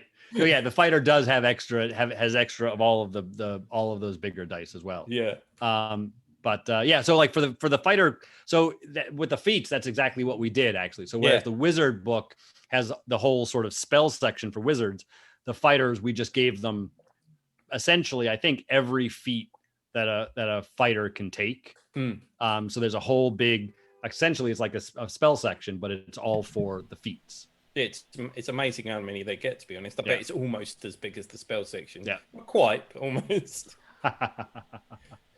Right, so I just want to interrupt. Sorry for 2 seconds. Yeah, so can we put a keyword in? Oh yeah, we we should have done that. We should have done that at the beginning. Yeah. Is it keyword spaff? No, it's not. It's not spaff. Or discombobulate. Yeah, discombobulate. Come on. How about bitey? Bitey. Because we were feeling a little bitey today. Okay, so the word is bitey. So to bitey into chat with an exclamation point. I'm just doing it now. How are you spelling bitey? Yeah, I was going to say the same thing. BITEY. Yeah, I'm gonna say it's bite with a Y at the end. At least that's how we say it in America. That's how we spell it in America. The British spelling, I'm sure, includes an extra There's a few U extra somewhere. letters. Yeah. The silent H. So yeah, enter that into chat, and it's a character chronicle is the giveaway tonight. So you got to be in it to win it, and as we say every week, if you don't enter, you're not going to win. And then the people that do it stand a very good chance of winning. You know, so. This is not the lottery. This is not a 1 in 40 million chance of winning. The odds are much better than that. The odds of winning are there's going to be a winner. Is basically it. Someone will win a character journal. Someone enter it for me, please. You still don't get it until it's done, but that is true. It has to be not blighty. Blighty. That's the British spelling. Yeah. We had there was another question in chat which is now disappeared. This is from Maverick2. Yeah. And it says, "How have you guys thought about stickers that players can add to renew some of the pages in case of too much use of the rubber erasing? To replace parts of the story as the character grows." So we thought about that. We thought about stickers a lot. And at the end of the day, we decided that it just wouldn't, it would take away a little bit from the sort of the feel of it. So what we've done is, one, we've invested in the paper of the pages that you write on is really thick, toothy paper. So it's not the kind of thin paper that you would get if you're just looking at a rule book, for example, that's sort of glossy and thin. It's really, thick, toothy paper that you can write on and erase and write on and erase. But the other thing that we're doing, which we're actually, this is where I get in trouble. I think I can announce this. Of course you can. Careful. I think I can announce this. Yes, you can. But yes, you can. I can. You can announce. Tell everyone. You can. Tell everyone. So we had to get Paizo's approval for this. This was a lot of back and forth, but we're actually now going to be able to offer a digital version of the Chronicle. So you can get a PDF, an actual fillable PDF, I believe, of the entire thing. So you can have the book, but if you want to have, for example, you want to print out, a second or third character sheet, or you want to have one that you can bring with you when you're playing, in a digital game where you're not going to be having a physical book. There's going to be a digital only tier that you can get just the PDF, and you can also add on PDFs to any of the books as well. So that will also, to a certain degree, address the kind of, what if I want to, use it over and over and over again, or what if my character story is so elaborate that it fills up an entire book and I need more space. Well, you could also just get a second book, I guess. But that was actually something we worked on with Paizo, and they were great about that. You'll actually be able to get it through the Paizo store. So that's how it'll be delivered as part of the Kickstarter after the fact. So that was a pretty neat. Really cool. That is cool. Yeah. Somebody's asking how much the PDF version will be. Do you know that? It will be, as soon as it's revealed on the Kickstarter page. That's how much it'll be. I think I know, but you want to know what? I'm not going to say, because if I'm wrong, I'm fired, and I don't want to be fired. Actually, I don't think they can fire me. I don't think they technically can. But They'll try. They've tried in the past. They'll try again. Cool. Right, Steve, shall we pick a winner?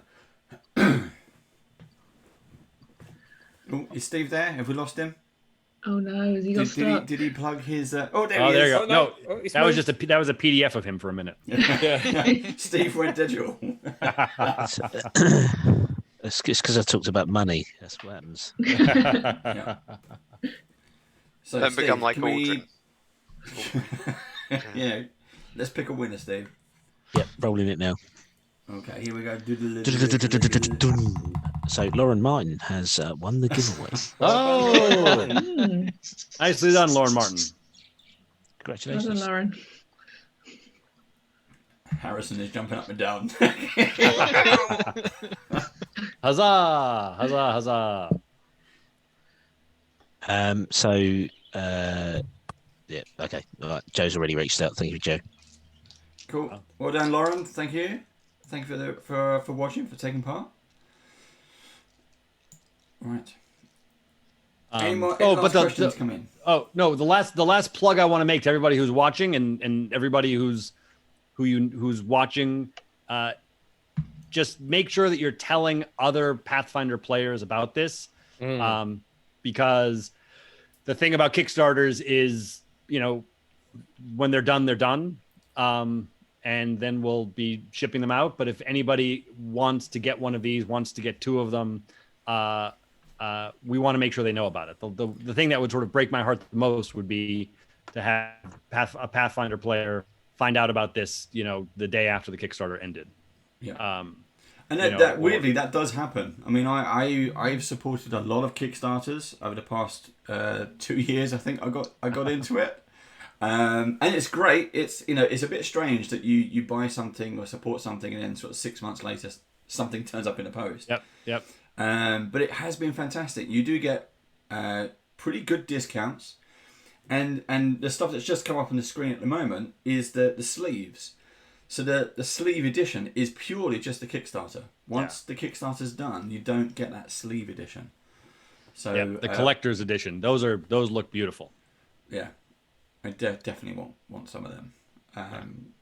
So everyone, there is a link in live chat. Please do check it out. Do use it. And tell somebody. And tell people. Come on. Yeah. One day, even just one other person. Yeah. Just somebody, just somebody down the pub. Somebody down the pub. Somebody, They're ever open again. Yeah. On the tube. Yeah. They're not open, Right. Yeah. There's no pub. There's no tube. Right. Let's get the R number above 1. Yes. The last question. Somebody just asked, the pledge manager for extra stuff. Yes. There's a pledge manager, but we're also doing the Kickstarter thing where you can actually add add-ons even in the Kickstarter. It's all mysterious how it works, but it's you just basically get to pick what you want. It all works out somehow. Cool. Great. So yes, your grandmother is awesome. Your grandmother will love the character chronicle. Oh, she probably has she has a story to tell. I can tell you that. Yeah, I bet. I'm still watching the stuff coming on in the chat. She loves Matthew Lillard, apparently. Yeah. And whose grandmother doesn't, actually? It's because he's such a cheeky chappy. That's just what we tell him. Yeah. Right. Everybody ready? Let's get back to some killing. So, let's see what's going on in the basement. How are you feeling, RUPP?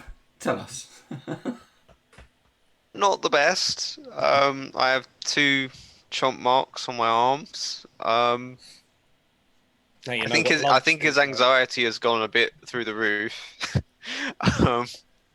With good reason. Have you been worrying about it? Have you been giving me breaks, by the way, or not? No, we've no. They cut away, but we've just been going on. I'm still like he's still eating. I'm still RUPP. No, I'm just I'm gonna eat you more. Yeah, exactly. It's just been that. It's been that the whole time. It's just a little nibble, a little bite, a confession. Okay. It's an extreme way to lose weight. I'm gonna say, RUPP. Yeah. Okay.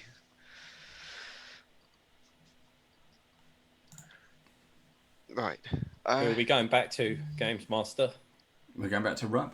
We're going back to the basement. What? What is all this? Like the star on the floor, the Thessalonian star. That's the symbol. That's the symbol. They make me do it. They make me cut it into each one. They do, and it was fun. It was fun cutting it into each one with my knife, my razor blade. Oh, Rupp, I didn't. They made me do it. Oh, it was terrible. It hurt me to do it every single time. Why did they ask you to do it? They don't ask me to do it. They make me. I have no choice. They said they would help me. They said if I did what they asked. They said if they did what they asked, they would help me. They would help Aisha. They would save the manor. But they didn't. They didn't, even though I cut and I cut and I cut and I kept on cutting. And it felt good to cut. It really did. So, what did they make you? What did you sign up to? What happened? Did you sign something or? What? This wasn't like I signed a contract or something. I mean, it's not like this isn't a. I didn't fill out an invoice or anything. Well, no, but I know devils are into that stuff. I don't know. They're not devils. They're not devils. They're darker than devils. They're death themselves. They are death themselves. The Brotherhood of the Seven. The brothers.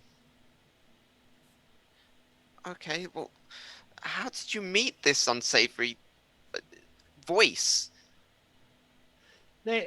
I went looking for help. I needed something, and the leaves they gave me made me feel so good, and then I wanted more, and then they offered me money, and they said they would help, and they didn't. And then they said if I did what they asked. If I killed these people, they would help me. They would save me. They would save Aisha. And they didn't. Well, I'm really sorry to hear that. I'm not sorry. It turned out fine. You're delicious. Did they make you strangle Aisha?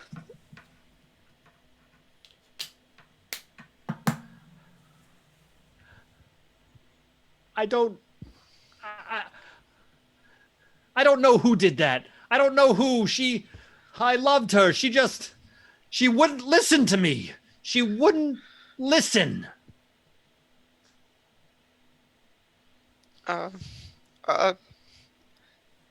Just don't hurt my friends. But you'll listen. You'll listen to me, won't you? You'll do what I say. Yes, of course. Yes, of course, you yes. will. And the brothers, whoever they are they? Who are the seven?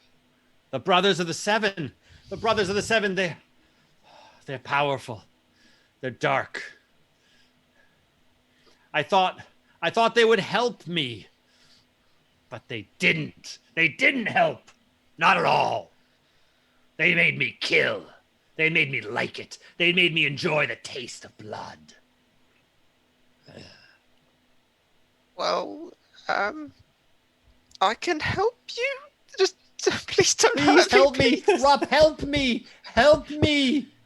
Can't you help me? Help my wife. Help Aisha. Just untie me and then we'll be fine. If I untie you, will you save my wife? If I untie you, will you save her? Yes. Will you save her?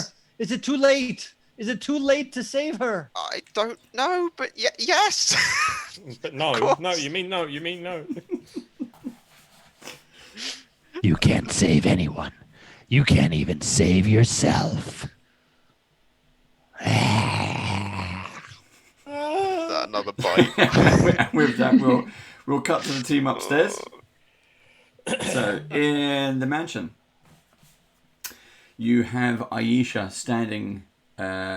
She's hacking at the planks in the middle of the floor. What do you wish to do? Aisha, stop. Is there not an easier way to get down there? Stop. No, he's here. I will have my revenge. there's not an obvious door to the basement or anything. There is. There's actually the door that's behind you has a label on it that says basement. We'll open that door, Yeah, please. just open that one and then bundle down into the basement. The door is locked. I will slip out the lockpicks and have at it. That's a big number. Go on, Steve. Spaff the lock open. 32. Okay. Yeah. So you open the door. That's fine. And the door creaks open, and you see a flight of stairs disappearing into darkness below. Aisha, you might find this way easier. It leads us to the basement.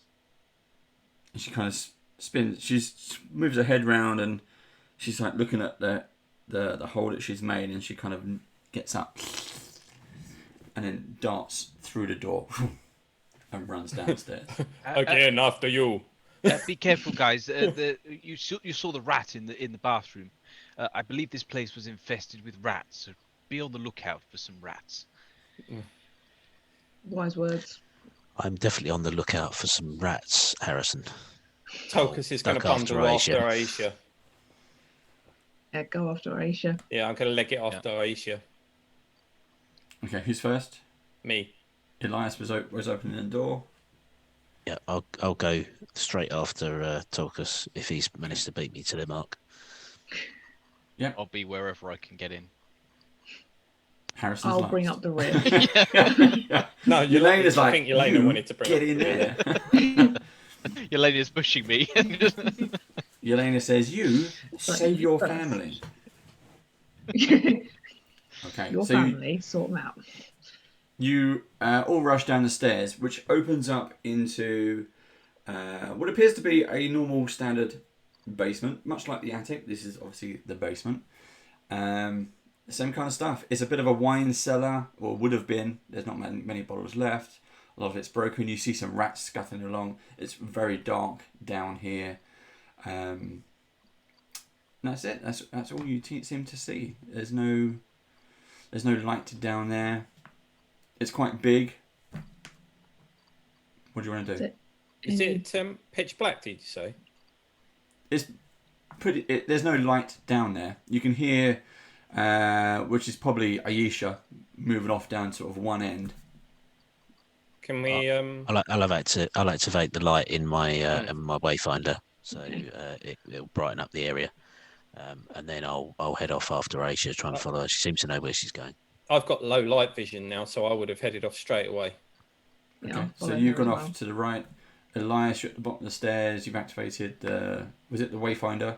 Wayfinder, yeah. What is this? The one that's attached to your beard? Yes, it is. Okay. So as you swing, the light goes everywhere, creating more shadows. Harrison's going to rip out a torch from his rucksack and light it. If he can. So he's lighting that. So I was going to say RUPP, but you can't. Yelena, who you following? Harrison is lighting a torch. I want to survey and see if there is anything moving, any rats or anything, heeding Harrison's warning and also having been jumped on by a mystery flame thing. Okay, so the rats, you can see the rats in the corner right in front of you, and they're, like where the wall meets the floor. So they're just scuttling along. You see 3 rats, all pretty disgusting ones, heading off to the left, while Tokus and Elias hurried off to the right. Okay. I will head towards them, keeping an eye out, just making sure the rats are going the opposite direction. Other way. Okay. Yeah. Cool. Okay, you find you'll come up to Aisha, and she's up against what appears to be the brick wall, and she's just kind of padding the wall, and she's like smelling it. She's putting her head next to it, and she's moving around. She's just going backwards and forwards along this wall, trying to find something. What are you looking for, Aisha? He's here. He's here. He's on the other side. I can feel him. Can we search the wall for any hidden levers or anything? Or any? You can do a search. Yeah. Do a roll. Yeah, step back. Hold on. Let me. Step back, everyone. Let me fire off detect magic. Let's see if there's any magic here. So I'll cast detect magic, and then I'll use that to help me in a perception check to search for any hidden doors. 29. Okay. There is nothing magical that lights up down in the basement, but you kind of see. You'll kind of sort of step back a little bit. You can see Aisha moving sort of back and forwards, and you see what appears to be original brick. Would have been big sweeping archways, the foundation stones of red brick. But in this particular section that she's going backwards and forwards on is a different colour brick, hastily kind of cemented, but still old enough. Okay. It's not fresh. This is not part of the original building. This wall. It's been here for a while, but it wasn't part of the original foundation structures, so it was put here after. There could be a secret room behind or something that I'm missing, but maybe we need to try and take this wall down. This may put the correct way into the room. Maybe there's a hidden door somewhere else on this floor, but can you try and push part of the brick in, Tolgus? Yes, I can try. So I'll go up to have a feel around the wall and see if I can feel any bricks that might be slightly loose or anything. Yeah. That makes sense. And then I'll try and push those ones through. Oh, and it's a natural 20, which is probably good enough total, I think. Hulk smash, is it? Yeah. So you search in a brick and you kind of tempting it and testing where the brick, and you think this might be a weak spot. How do you want to break through?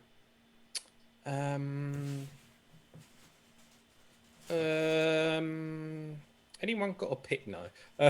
I'll just use my great axe because it's magical anyway, so it shouldn't. I don't think it should damage it. And I'll use that to hack it. Okay, so roll damage. You don't need to roll to hit.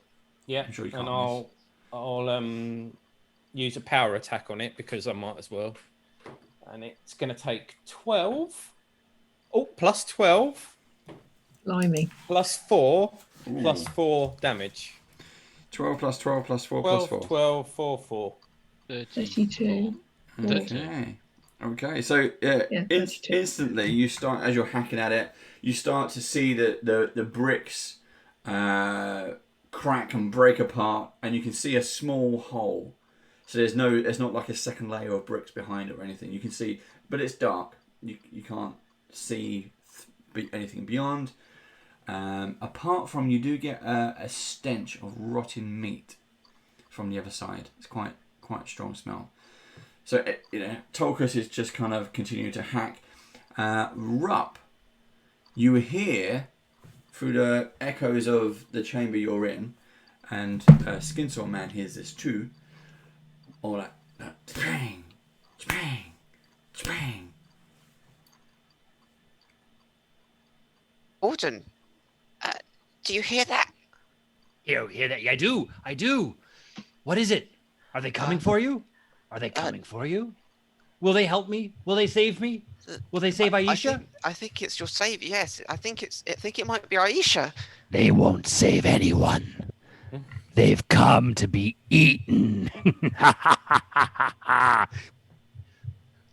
Make them save me. Tell them to save me. Tell them to save Aisha. I will. Just turn me round, okay? Just to turn my seat round, yeah? Turn you round? I'll turn you round. And I grab his head and I start turning it. Without turning the rest of the chair. I'll turn your head. Is the chair bolted, by the way? No. So I'll just hop with it. I'm just trying to turn your head in the direction it doesn't go. That's fine. That's fine. Okay, so Tolkus, you're hammering with an axe on this wall of stone. Yep. Once there's a hole that's big enough to fit my hands in, then I'll put my hands in it and pull the bricks towards me.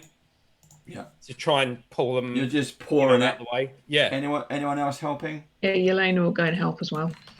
Okay, so you and Elena, one on the left, one on the right, and just grabbing hold of brick and brick and brick, and just trying to make a hole as big as you can. So as they're doing that, as I turn Rupp's head to face this wall, I'll draw my my giant razor, and I'll stand behind Rupp and I'll just place it on his neck. As soon as the hole is big enough for me to fit through, I'm gonna barge my way past Tolkus and Yelena and climb in. Professor, wait. Oh, no. I just imagine it being like 3 feet off the hole being like 3 feet off the ground. You just see a wizard like clambering in his like robes and everything. I'll pick him up and put him through the hole. Okay, so Elias jumps through the hole in the wall into a pitch black chamber. Now down the other end, about 30 foot away, you can see flickering candlelight. I'll head in that direction. Okay, so you've hurried off. Who's Elias, second? wait for us! Alden, you see the light? Look, the light. Go towards I see the light. I see the light. I see the light. They have come to darkness. They have found the darkness. So Elias, as you get to the, it's basically a very poor attempt at a wall. So it's bricks stacked up. They're not cemented or anything. But you can see light from the other side, candlelight. You can't see any kind of movement. Okay, so if it's just stacked bricks, I'd like to pick a few of them from the bottom, and I'll use telekinetic projectile to shoot them away from the wall to the point where it becomes unstable, and then I create a little avalanche so I can get in the room. Okay, so you do your Jedi mind trick and pull the wall away, basically. I think as Yelena hears this, she's like, "Oh shit," and gets in the room, assuming that something horrible has happened. Yeah, I'm running straight in as well. As soon as we can get through the hole, I think we all bundle through. Okay, Tolkus, are you last? Or were you second? I would try to go as soon as I could after Elias, but I have a feeling that I'm probably going to end up being last just because of the size of the hole, if that makes sense. You know what I mean? You're squeezing you through, Yeah, as soon as I can get through, I'll go through. But that's up to you, as the DM, to say when the hole is big enough for me to get through. Because obviously, the other guys are much smaller than me, so they'd be able to squeeze through first. Okay, so you'll go last then.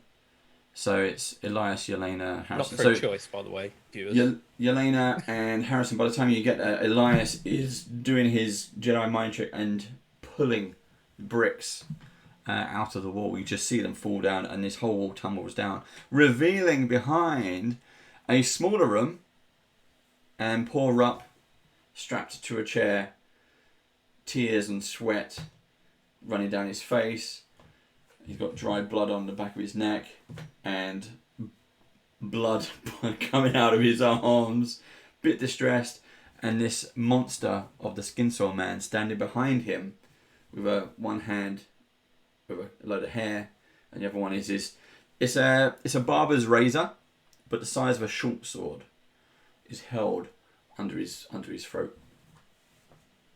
What do you wish to do? Elias, is that you? Yes, Rupp. It's me. It's me. We've come for you. I guess correctly. You wasn't in immediate danger, and your lordship. I guess Alden. Your lordship. Were you the one responsible for the murders in Sandpoint and writing Rupp these letters? Responsible? Murders? it was terrible. It was delightful. And now I can do a few more. Come closer. Come closer.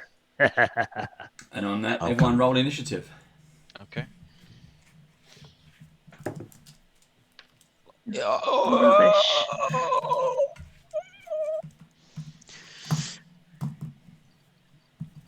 Okay, we'll 22. let's go around. Right, SKINSAW.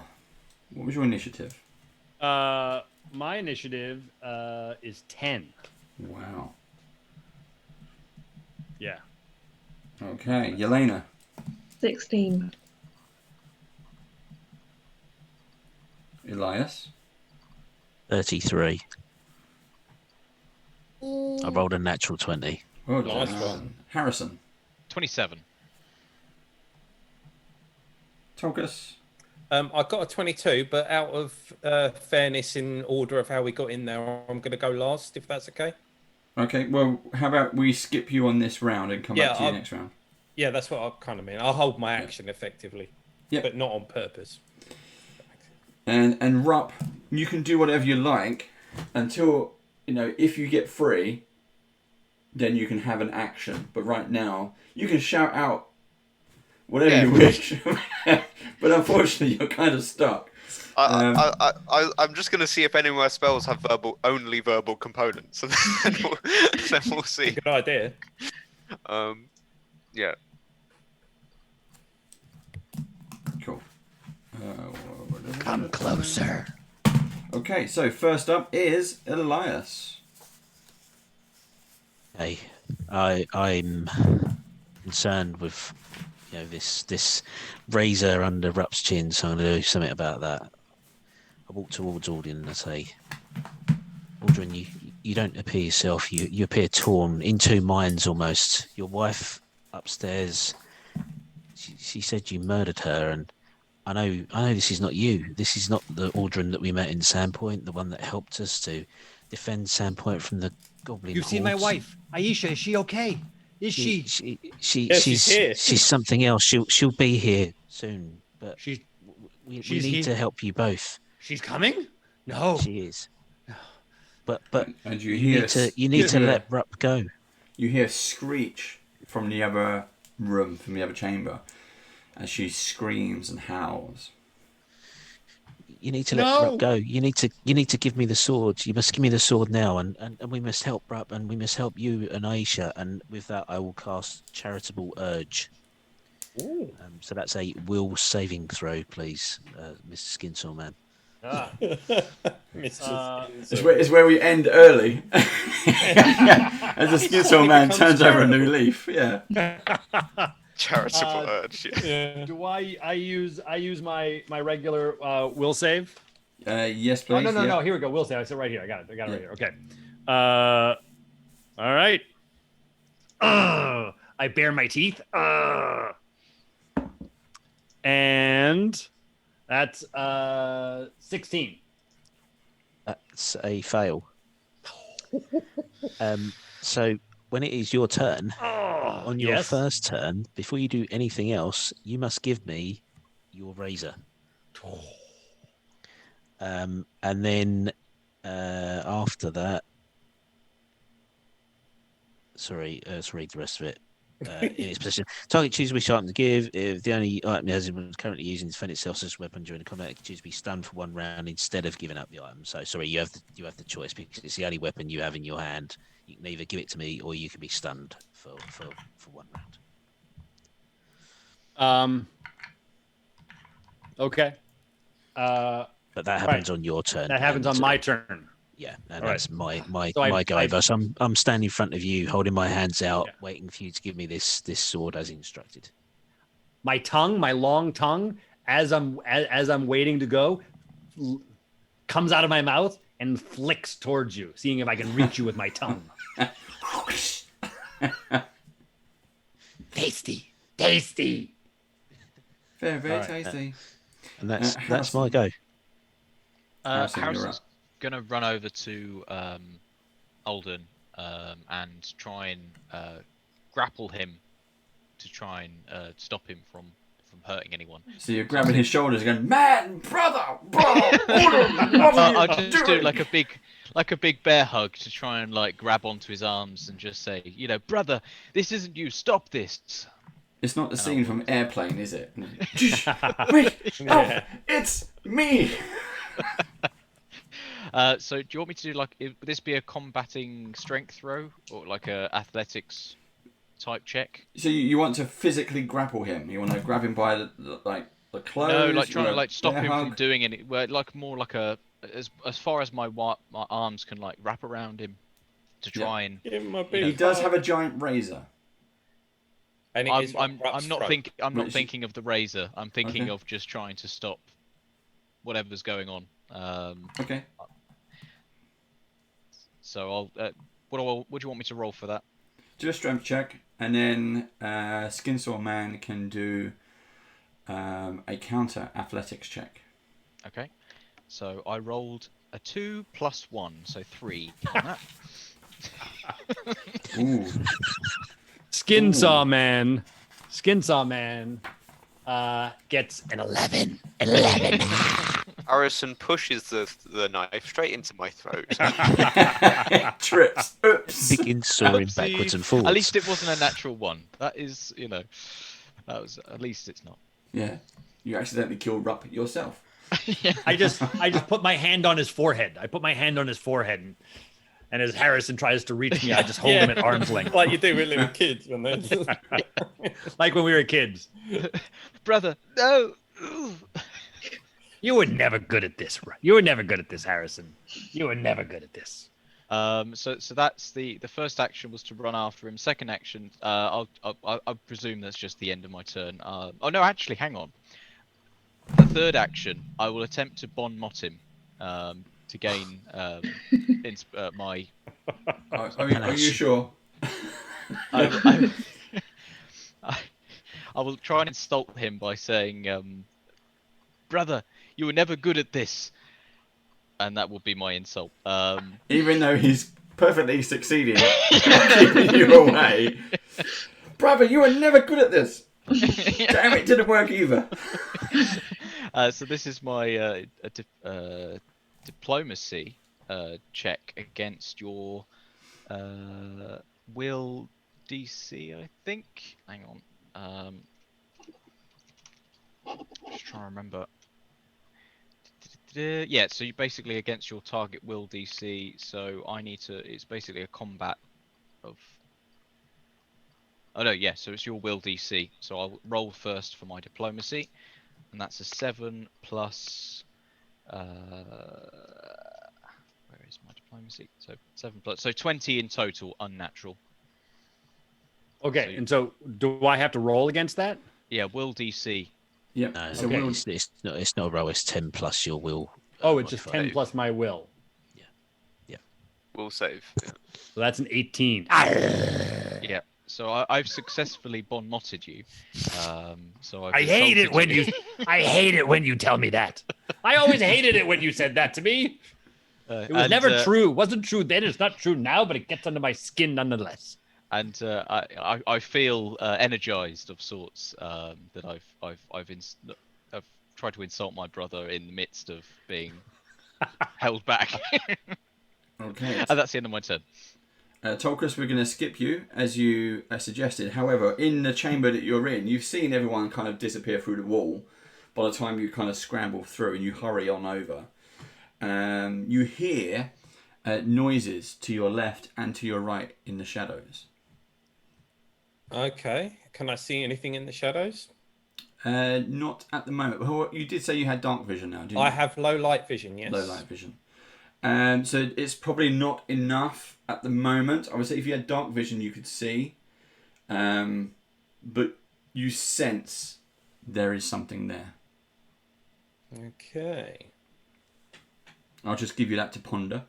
Mm-hmm. Yelena, you're up.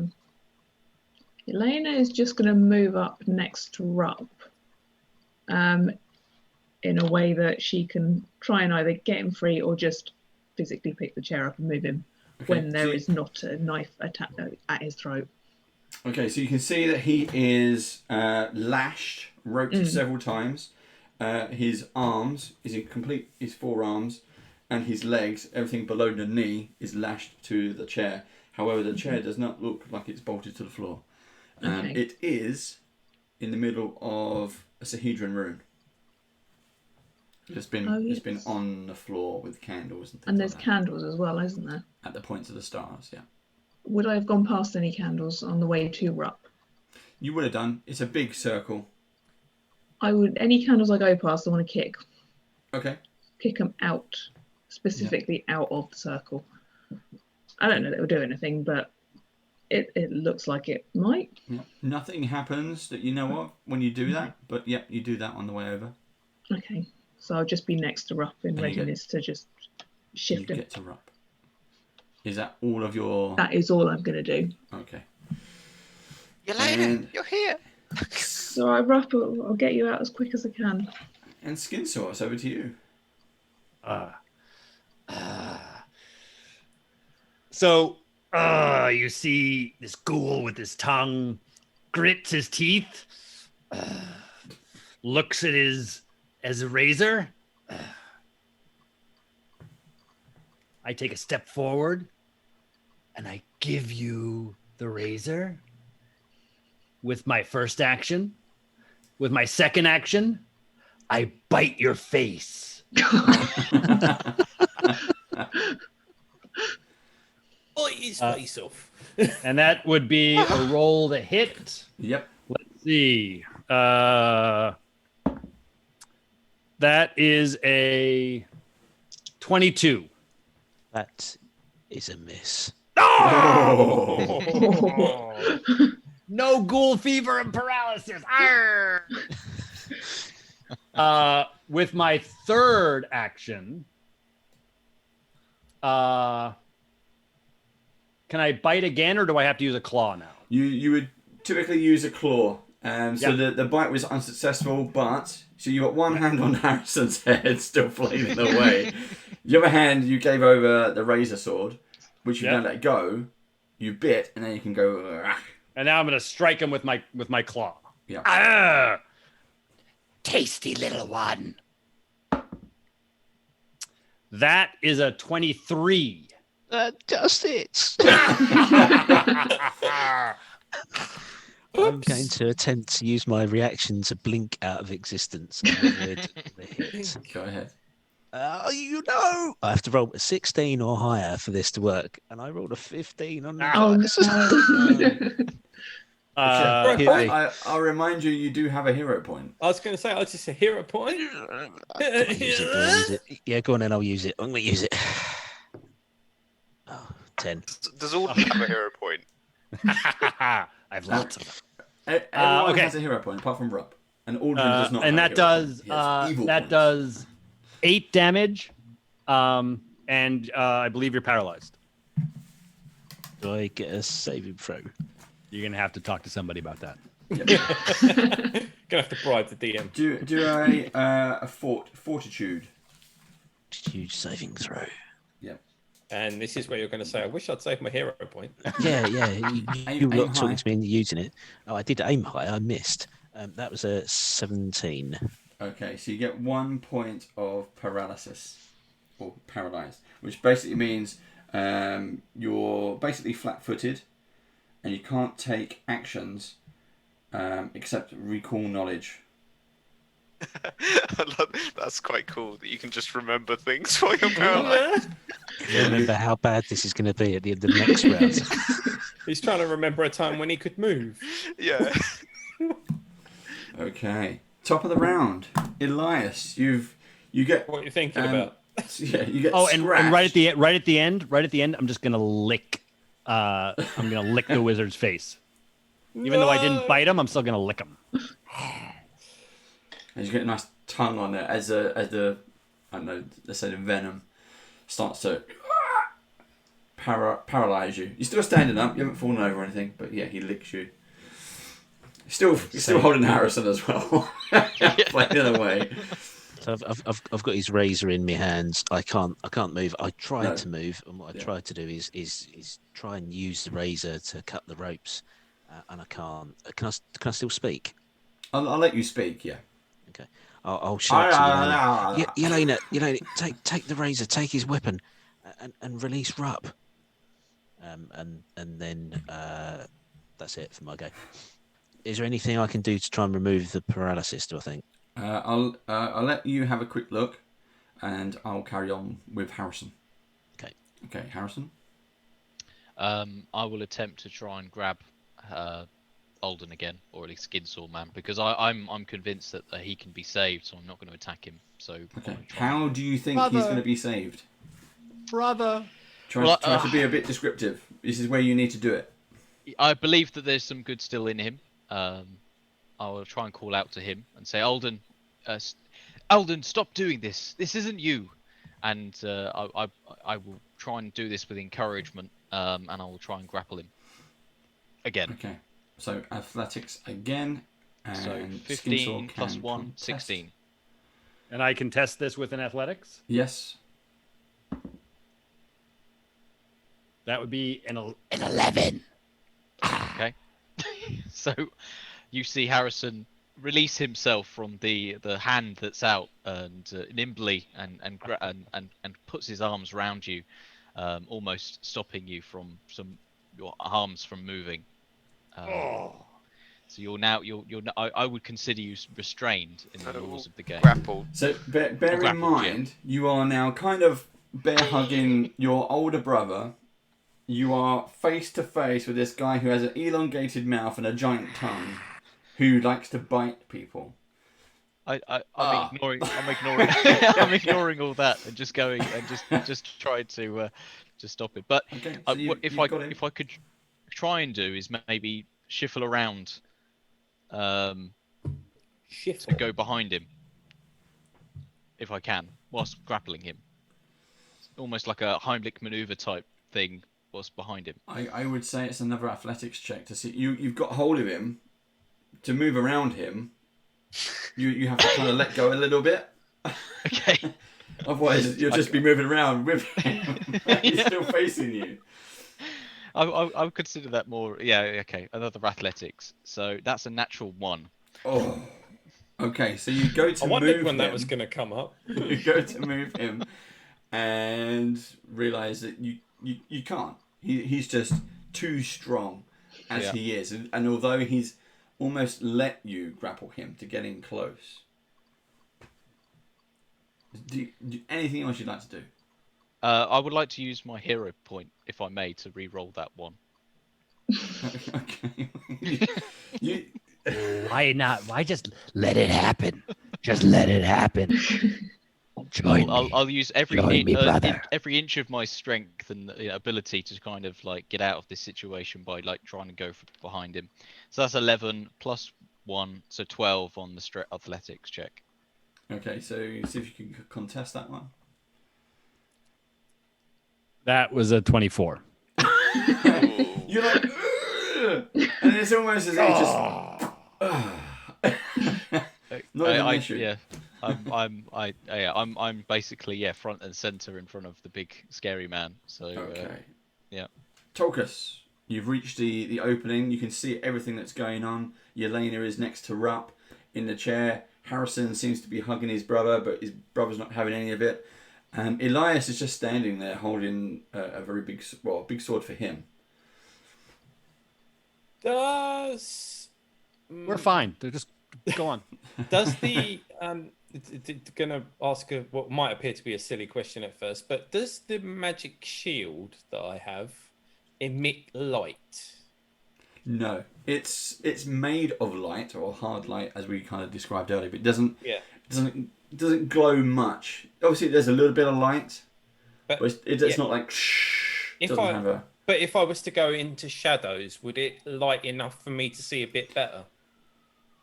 Yes. Okay. But it's a very dim light. It's not a torch or anything like that. Yeah, that's okay, because I've got low light vision. I think that would be enough, to be honest, wouldn't it? It's up to you, Games Master. Yeah. I mean, I don't want to put words in your mouth. No, it's okay. So, I'm going to ignore completely what's happening in front of me and look to the shadows on the left. And I'm going to walk into the shadows with the shield and my battle axe like this. Okay. And if I see anything, I'm going to attack it. Okay. You see more and more rats just scurrying off. That's the only thing you see in the immediate area. Okay. But there's nothing else in there at all, or? If you want to do another kind of lap of the whole chamber, it's a big room. Yeah, that would probably take all my turns, wouldn't it? Yeah. I think the guys have got Aldrin covered, so I think I'll walk around the entire shadows. We got one paralyzed, one about to be bitten. Yeah. One You'll fight be to a chair. fine. Yelena's about to save all your asses anyway. Come back. Just come back in like 5-10 minutes. To be honest, I'm sick of yeah. babysitting you all. We'll be ready for you then. No, so because I felt like there was something in the shadows that was more than just rats, didn't I? You felt something. It may have been the rats. It may not have been the rats. You said your spider sense was tingling. That's all. Spider sense. Where is Aisha right now? Good point. We forgot about her. Yeah, she was still in the other screaming. room. Yeah. So yeah, I'm gonna try and. How big is the room? Is it big enough for me to do a lap in within one action, or no? You'd have to use all three. All three. Okay. Yeah. Well, I'll go round the shadows then, checking them out just in case anything is hiding in there. Yeah. That's right. You don't find anything. You do find loads and loads of rats and more of the kind of the mold and stuff that seems to be growing on the walls and the floors and some of the ceiling and stuff. But everything else seems to be. Assuming that takes one lap, I'll be back to where I was originally. Yep. Yeah. Yeah. So, as I've finished that, I'll say to Aldrin, "Aldrin, in the name of the blood of our father, stop this madness."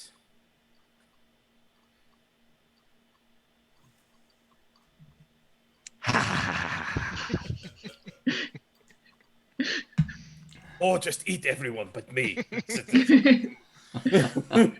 Oi. And then, I'll be back to where I was. Okay. I could have sworn there was something in the shadows, guys.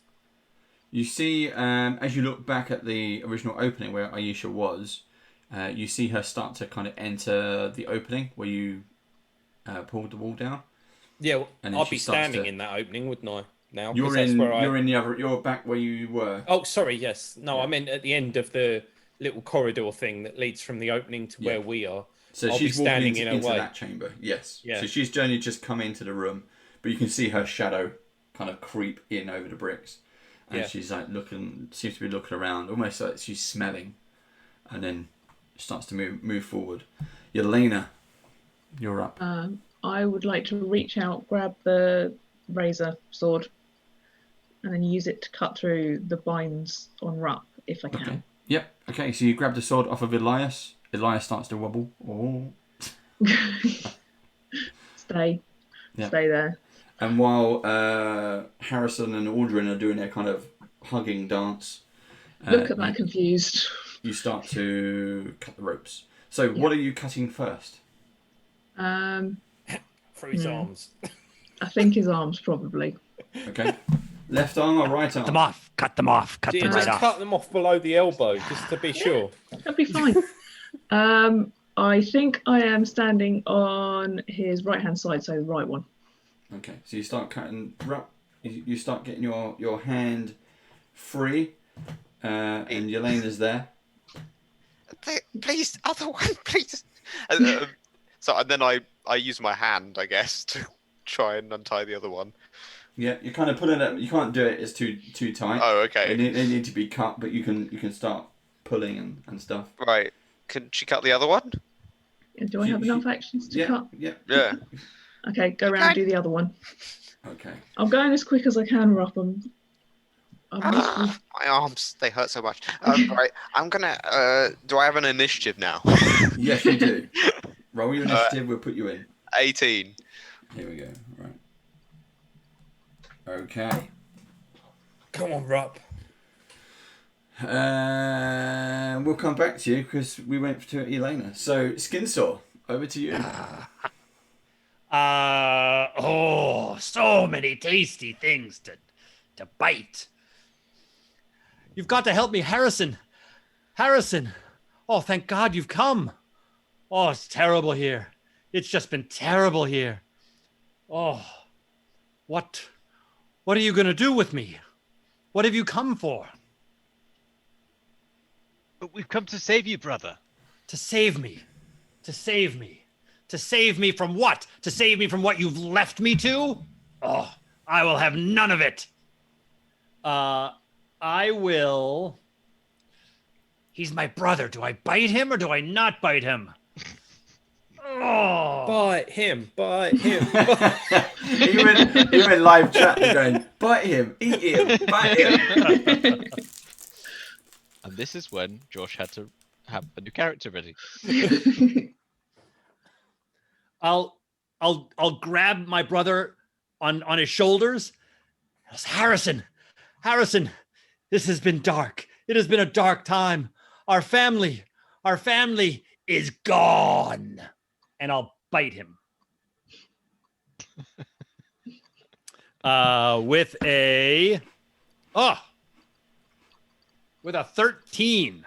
I definitely dodge out the way, or at least, move out of the way. What did I do? Why am I trying to bite you? Oh, get away. Run away before I kill you all. And with that, I'll turn. Can I reach Yelena? Yeah, she's in reach. Yeah. So I'll turn and I'll swipe at her with a claw. Oh, go for it. Oh. Get away, all of you! As long as it's not 60 points of damage, you'll be fine. That is that's a 27. Yep, that'll hit.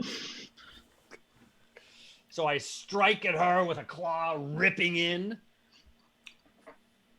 Doing 6 points of damage. Okie doke. That's embarrassing for a ghoul. I'm fine with that. And do I need to make a fort save? Yes, please.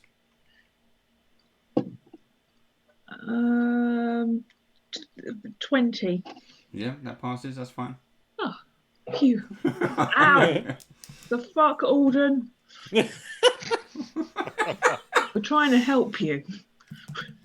So I look around. What else? So so my brother, Yelena, there's RUPP in the chair. I'll strike Yelena again since I didn't manage to paralyze her that time. I'll strike her again. This time, with a 28. Also, yes. And this time I do 9 damage. Oh, no. My claws on my other hand. So I let go of RUPP's head, and I guess I already did let go of RUPP's head. I sink my claws into your flesh. Oh, that's. You will all join me here in the darkness. All of you. 15 fort save. That's just enough. Oh yes. It's Aldrin, stop it. Okay, What top of the round. doing? Elias. Sorry. Think. Distracted by penguins. I saw the conversation as well. I believe I get a saving throw to try and ward off paralysis. So I'm going to roll that. Roll high. That's an 18 in total. Yeah, that passes. Well done. So you feel the temporary paralysis is coming off. You're still stuck in that kind of position, but it wears off. So I start to get my tingly fingers back again, and I'd like to cast a spell if I can. I'm going to attempt to cast Crashing Wave in front of me. So that produces a 30-foot cone of water out in front of me, and I'm going to attempt to water out of thin air. Water out of thin air, yeah. I'm going to attempt to push Alden away from me, try and get him back against the wall behind him. Okay. With Harrison. It also with Harrison, yeah. It also extinguishes any non-magical flames in the area, so any candles that are on the floor around that summoning circle would also go out. Okay. So it's a reflex saving throw, please. Does it hit Harrison as well? It will, yeah. Okay, I'll have to just take that risk then. So it's a reflex saving throw for Harrison and Mr. SKINSAW Man, so please. So I rolled Man, sir. 8 plus 14, so 24. That is a pass. Excellent. 8 plus 14 is 22. Oh, sorry, maths is failing me. 22 it is. That's the DC. The DC is 22. SKINSAW Man has a 15. Okay, so not good. You fail. No, I fail. Oh. Arr. That's maybe more of a pirate than a SKINSAW Man, actually. So that's 18 points of damage to Mr. SKINSAW Man and half that for Harrison. 9. Okay. Okay, so this water out of nowhere erupts from Elias. This huge wave of water pounds into SKINSAW Man, pushing him through the room and smack into the wall. Just as all the lights, the candles and whatnot was in the room. The only thing that's bearing a light is Tolkis' shield from the other room. Elias, your Wayfinder, is just kind of hanging from your beard, because you got it woven into your beard. Harrison, your torch has gone out a while ago. Yep. So you suddenly get this moment of darkness before your eyes adjust. But you hear a SKINSAW Man or Aldrin screaming from the other end of the room. Well, that's not creepy. Is it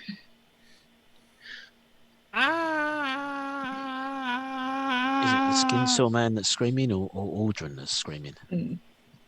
It's the same person. The same person is screaming. You can't see them. All the lights have gone out. So you need to... What are you going to do? I'm going to settle the Wayfinder on my beard and point in that direction, try and use it like a torch. Like a torch, yeah. So, okay, you flip your beard around with the Wayfinder and you start to kind of look where he is and you see what appears to be Aldrin. He's got his hands out. He's like that. And he's like screaming as his lower body seems to be getting sucked into the brick wall behind him. Okay. I'll use my last action to move towards him, but that's all I can do because I've used 2 actions to cast a spell. So I'll use 1 action to move closer, as if I'm going to try and grab Aldrin and stop him from being sucked into the wall, and then I'll scream. It's like what happened to Devoril in the picture. It's the fungus, and I'll leave it there. Okay, so you see that as you get close, you start to get out more detail as the torch is there. His lower body is gone. It's basically his hips and his waist is protruding out of this brick wall in the black silhouette of mold and stuff and fungus that was on the wall, and his legs just don't exist. It's like there's a portal in the brick wall. So he's hanging out of it and screaming. But as he sees you in the light, he's looking towards you and screaming at you, just in pain, in rage, everything. Okay. In good fellowship. In good fellowship. Yeah. Okay. Welcoming screams. Harrison. I have flashbacks from the Beadle and Grimm episode where the man was pulled out of the window by the ghouls, and I almost become hysterical, but I ignore it somewhat and just go straight for my brother to try and reach for him, to try and grab him, almost doing exactly what I did in that episode by trying to grab him and pull him out of the mold. Okay, so you kind of grab his arms, and his arms wrap around you. Don't forget he's got claws, and it starts biting into your skin as you're trying to pull him out. I'm trying to do anything to save my brother, even though I am selfish in my ways, but he's still my brother. Okay, do an athletics check. Okay. An 8 + 1, so 9. Okay, so you put your foot on the wall where his kind of legs should be, and you kind of tug back, but you feel that whatever's pulling him in is getting stronger, and you just can't hold him as he's slowly being pulled into this wall. Tolkis, you hear all this screaming. You've seen all the lights disappear. You're just kind of left in the opening of this room. You've seen this giant wave appear out of nothing, and it's just the glow of your shield is the only thing that's like, oh, what happened? It's all right. use an action to get over to where the screaming's coming from? It's on the other side of the room. Yes, you climb through. Yeah. You see Elena still trying to cut RUPP out the chair. And go help down there. Yeah, I'd go try and help Harrison pull Aldrin out of the wall. Okay, so you want to take an arm as well? Yeah. So, as Aldrin's actually holding onto Harrison's arms, I'll sort of like go behind Harrison, reach round to grab both of their arms, if that makes sense, and pull them both backwards. Do an athletics check. Oh, that's pretty good. Performing a reach around. Yeah, it's 32. Okay, so you got a good stance. You reach over and grab both their sets of arms and start to kind of pull.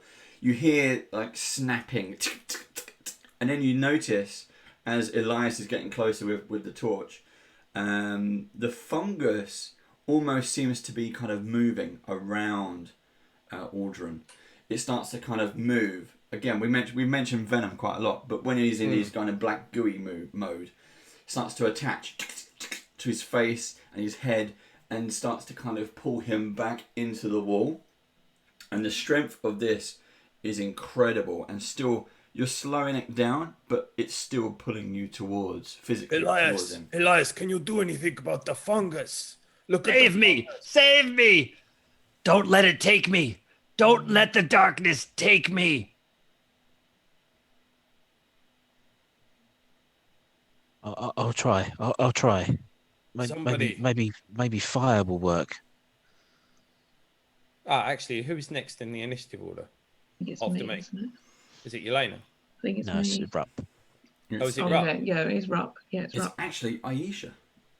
Oh, Aisha climbs into the room and sees RUPP tied to the chair, looks at Yelena and just kind of looks past and just slowly walks towards the back of the room, just watching SKINSAW Man. Hey, honey.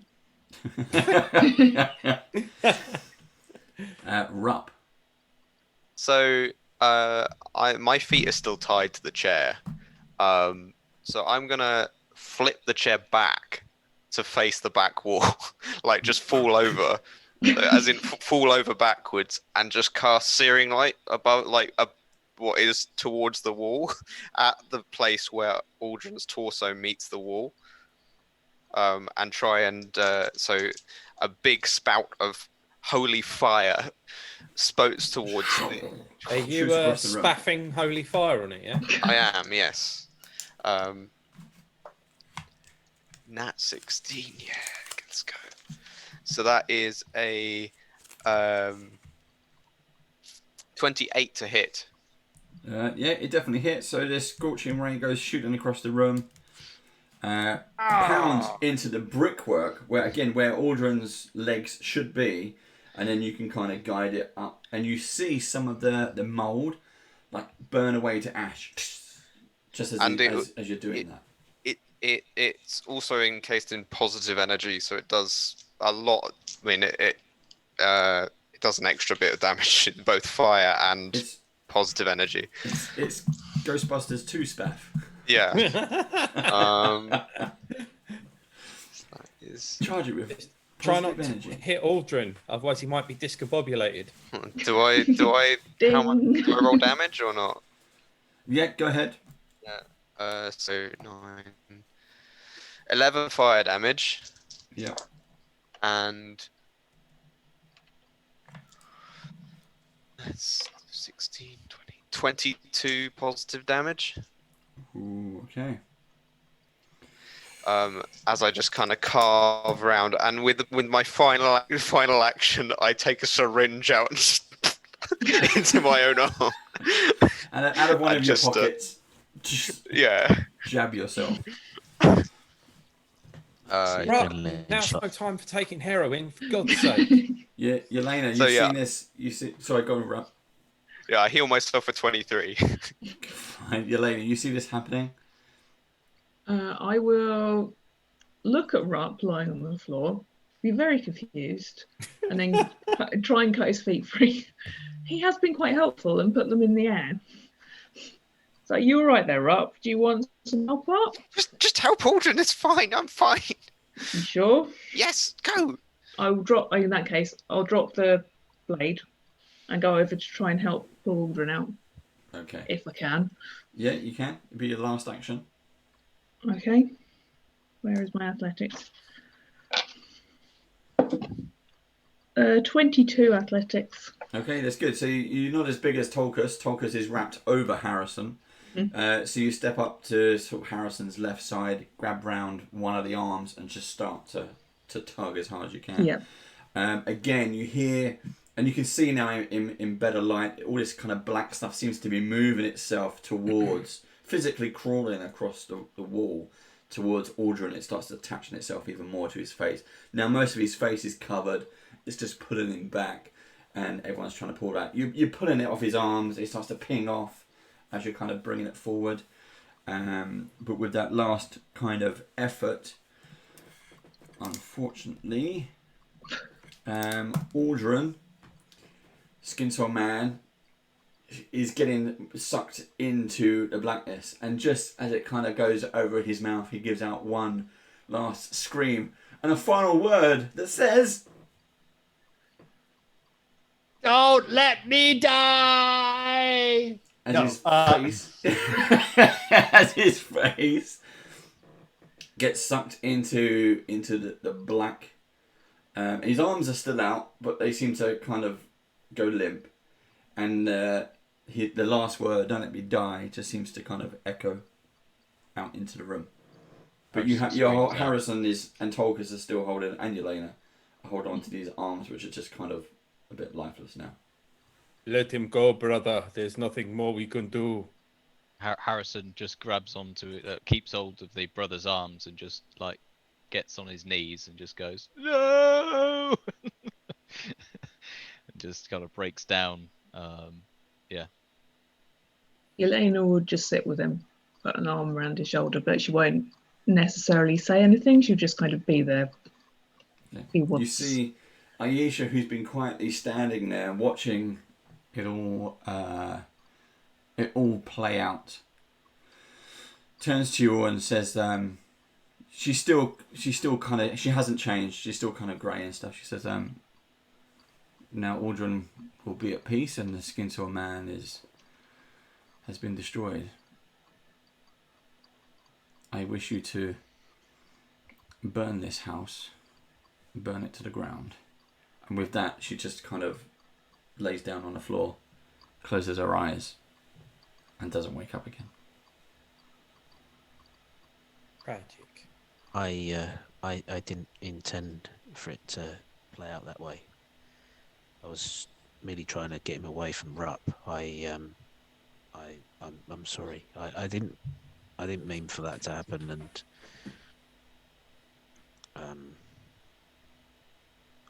I guess I can't make up for it, but just take my my apology, Harrison, and I'll turn away, slightly ashamed with what's happened, and I'll summon a smoke mephit and take Aisha's last instruction to heart, and I will start by touring the basement, instructing the smoke mephit to cast Burning Hands continuously. Wait a second. Set everything aflame. Can we get out first? Elias, stop. I say, bleeding, like covered in blood, and just like look. RUPP is going to need an exorcist. Yeah, probably myself. Yeah. RUPP, can you heal yourself, or is this beyond your capabilities? I've already done it. Just can't. Just think clearly. I know you're all probably messed up, and so am I. But look, I'm probably diseased. I need to heal myself, but we need to get out of here and burn it, like she said. But we can take this slow now, right? Depends whether this fungus is going to have a taste for us, I suppose. Is the fungus moving at all? It's still kind of crawling around the wall. Right. Harrison is still crying, shaking uncontrollably, and he mumbles, "Leave me here. We're not leaving you. Don't be Harrison. ridiculous, brother. You're coming with us. What happened had to happen.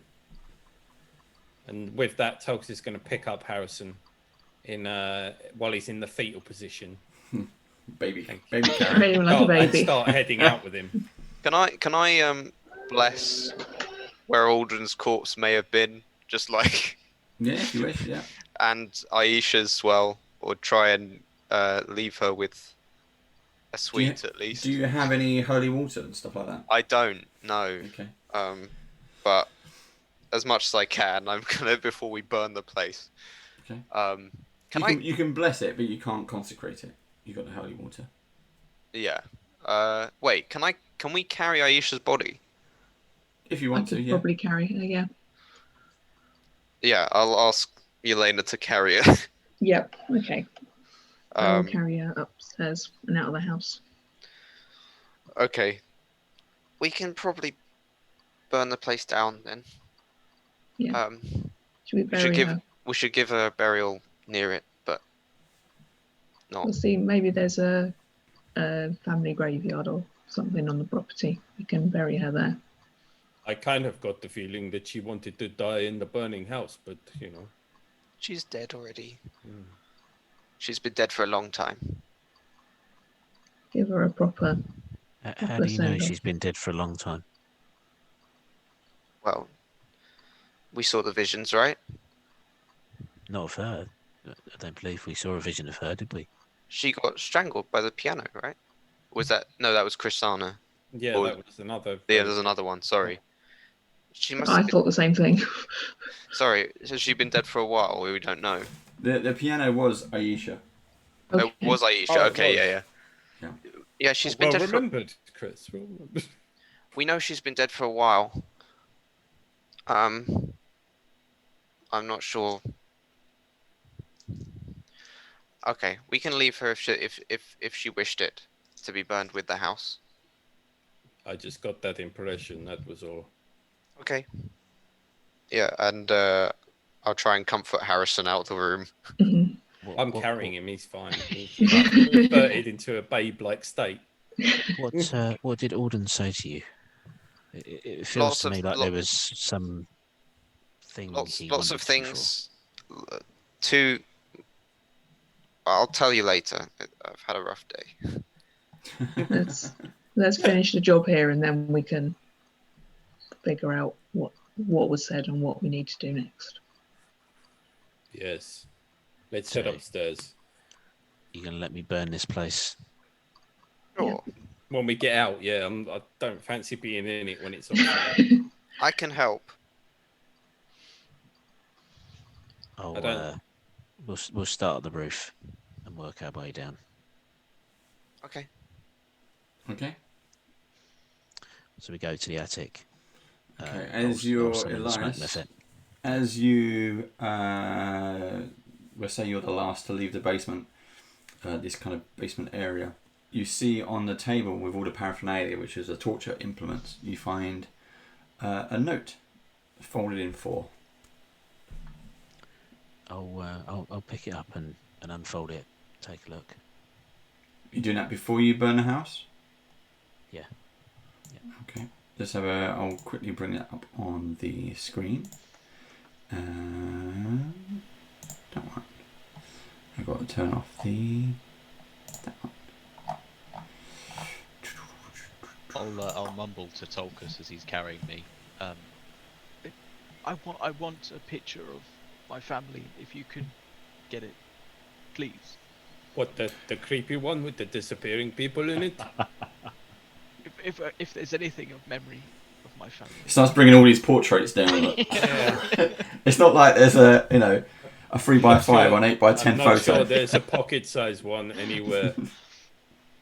But we could get the one of you and your brother and sisters and parents, I suppose. I'll grab that picture. I'll put Harrison outside the house, go back in the house, go back to that room, and grab the picture of him with the family and bring it out the house. Yeah. As soon as I get the picture, I will just hug the picture and just go back into the fetal position. looking very awkward with a big picture. You're laying a picture up again. Come on. Okay, that for those of you, my players who are looking at Twitch, that is the note you find. It's too small to read. I can send you a copy. Looking at it on a phone. I can I'm see looking at a phone, yeah. Yeah. You want me to read it? I can try. Yes, please. I can. Alden, you have served us quite well. The delivery you harvested from the caverns far exceeds what I had hoped for. You may consider your debt to the brothers paid in full. Yet I still have need of you, and when you awaken from your death, you should find your mind clear and able to understand this task more than in the state you were when I write this. You shall remember the workings of the Sahedron ritual, I trust. You seemed quite lucid at the time, but if you find after your rebirth that you had forgotten, return to your townhouse in Magnemar. My agents shall contact you there soon.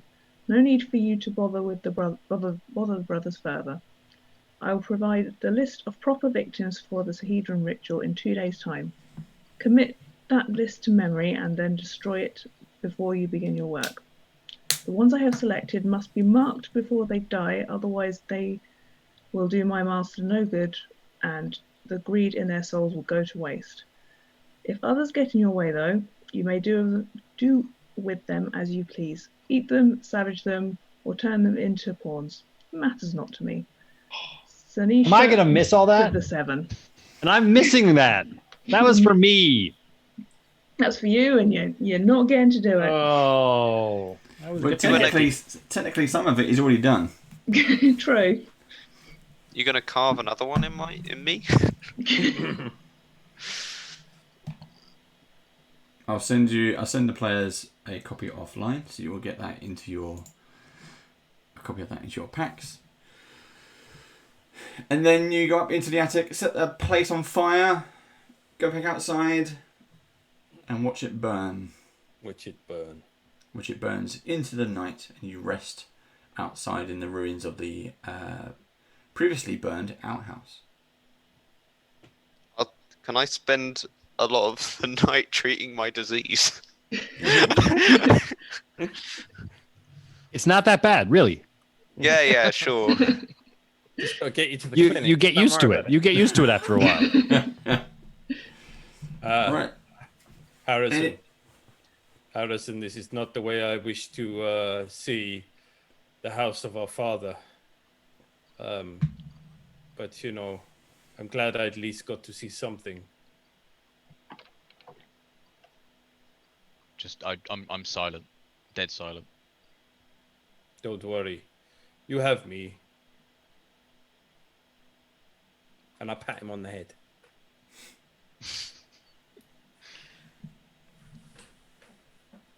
And we're going to leave it there, guys. Woo! Harrison's lost a lot. And, of course, thank you very much for Paul. Yeah, Thank you, Paul. Thank you much for joining us. Sure, better late than never, right? Exactly. Brilliant. It was our first ever guest character. Turned out to be a bad guy. But we had some fun. Well, with that. I mean, That's cool. bad guy that's a point of view. That's a point of view, right? I mean, Aldrin, from Aldrin's point of view, he was just, doing what had to be done. It was misunderstood. Exactly. And hungry. Misunderstood and hungry. You got to admit some bad decisions, though. Well, Poor life choices. we all make bad choices. Yeah. I need some help doing my house up. I think I'll enlist the 7 deadly sins.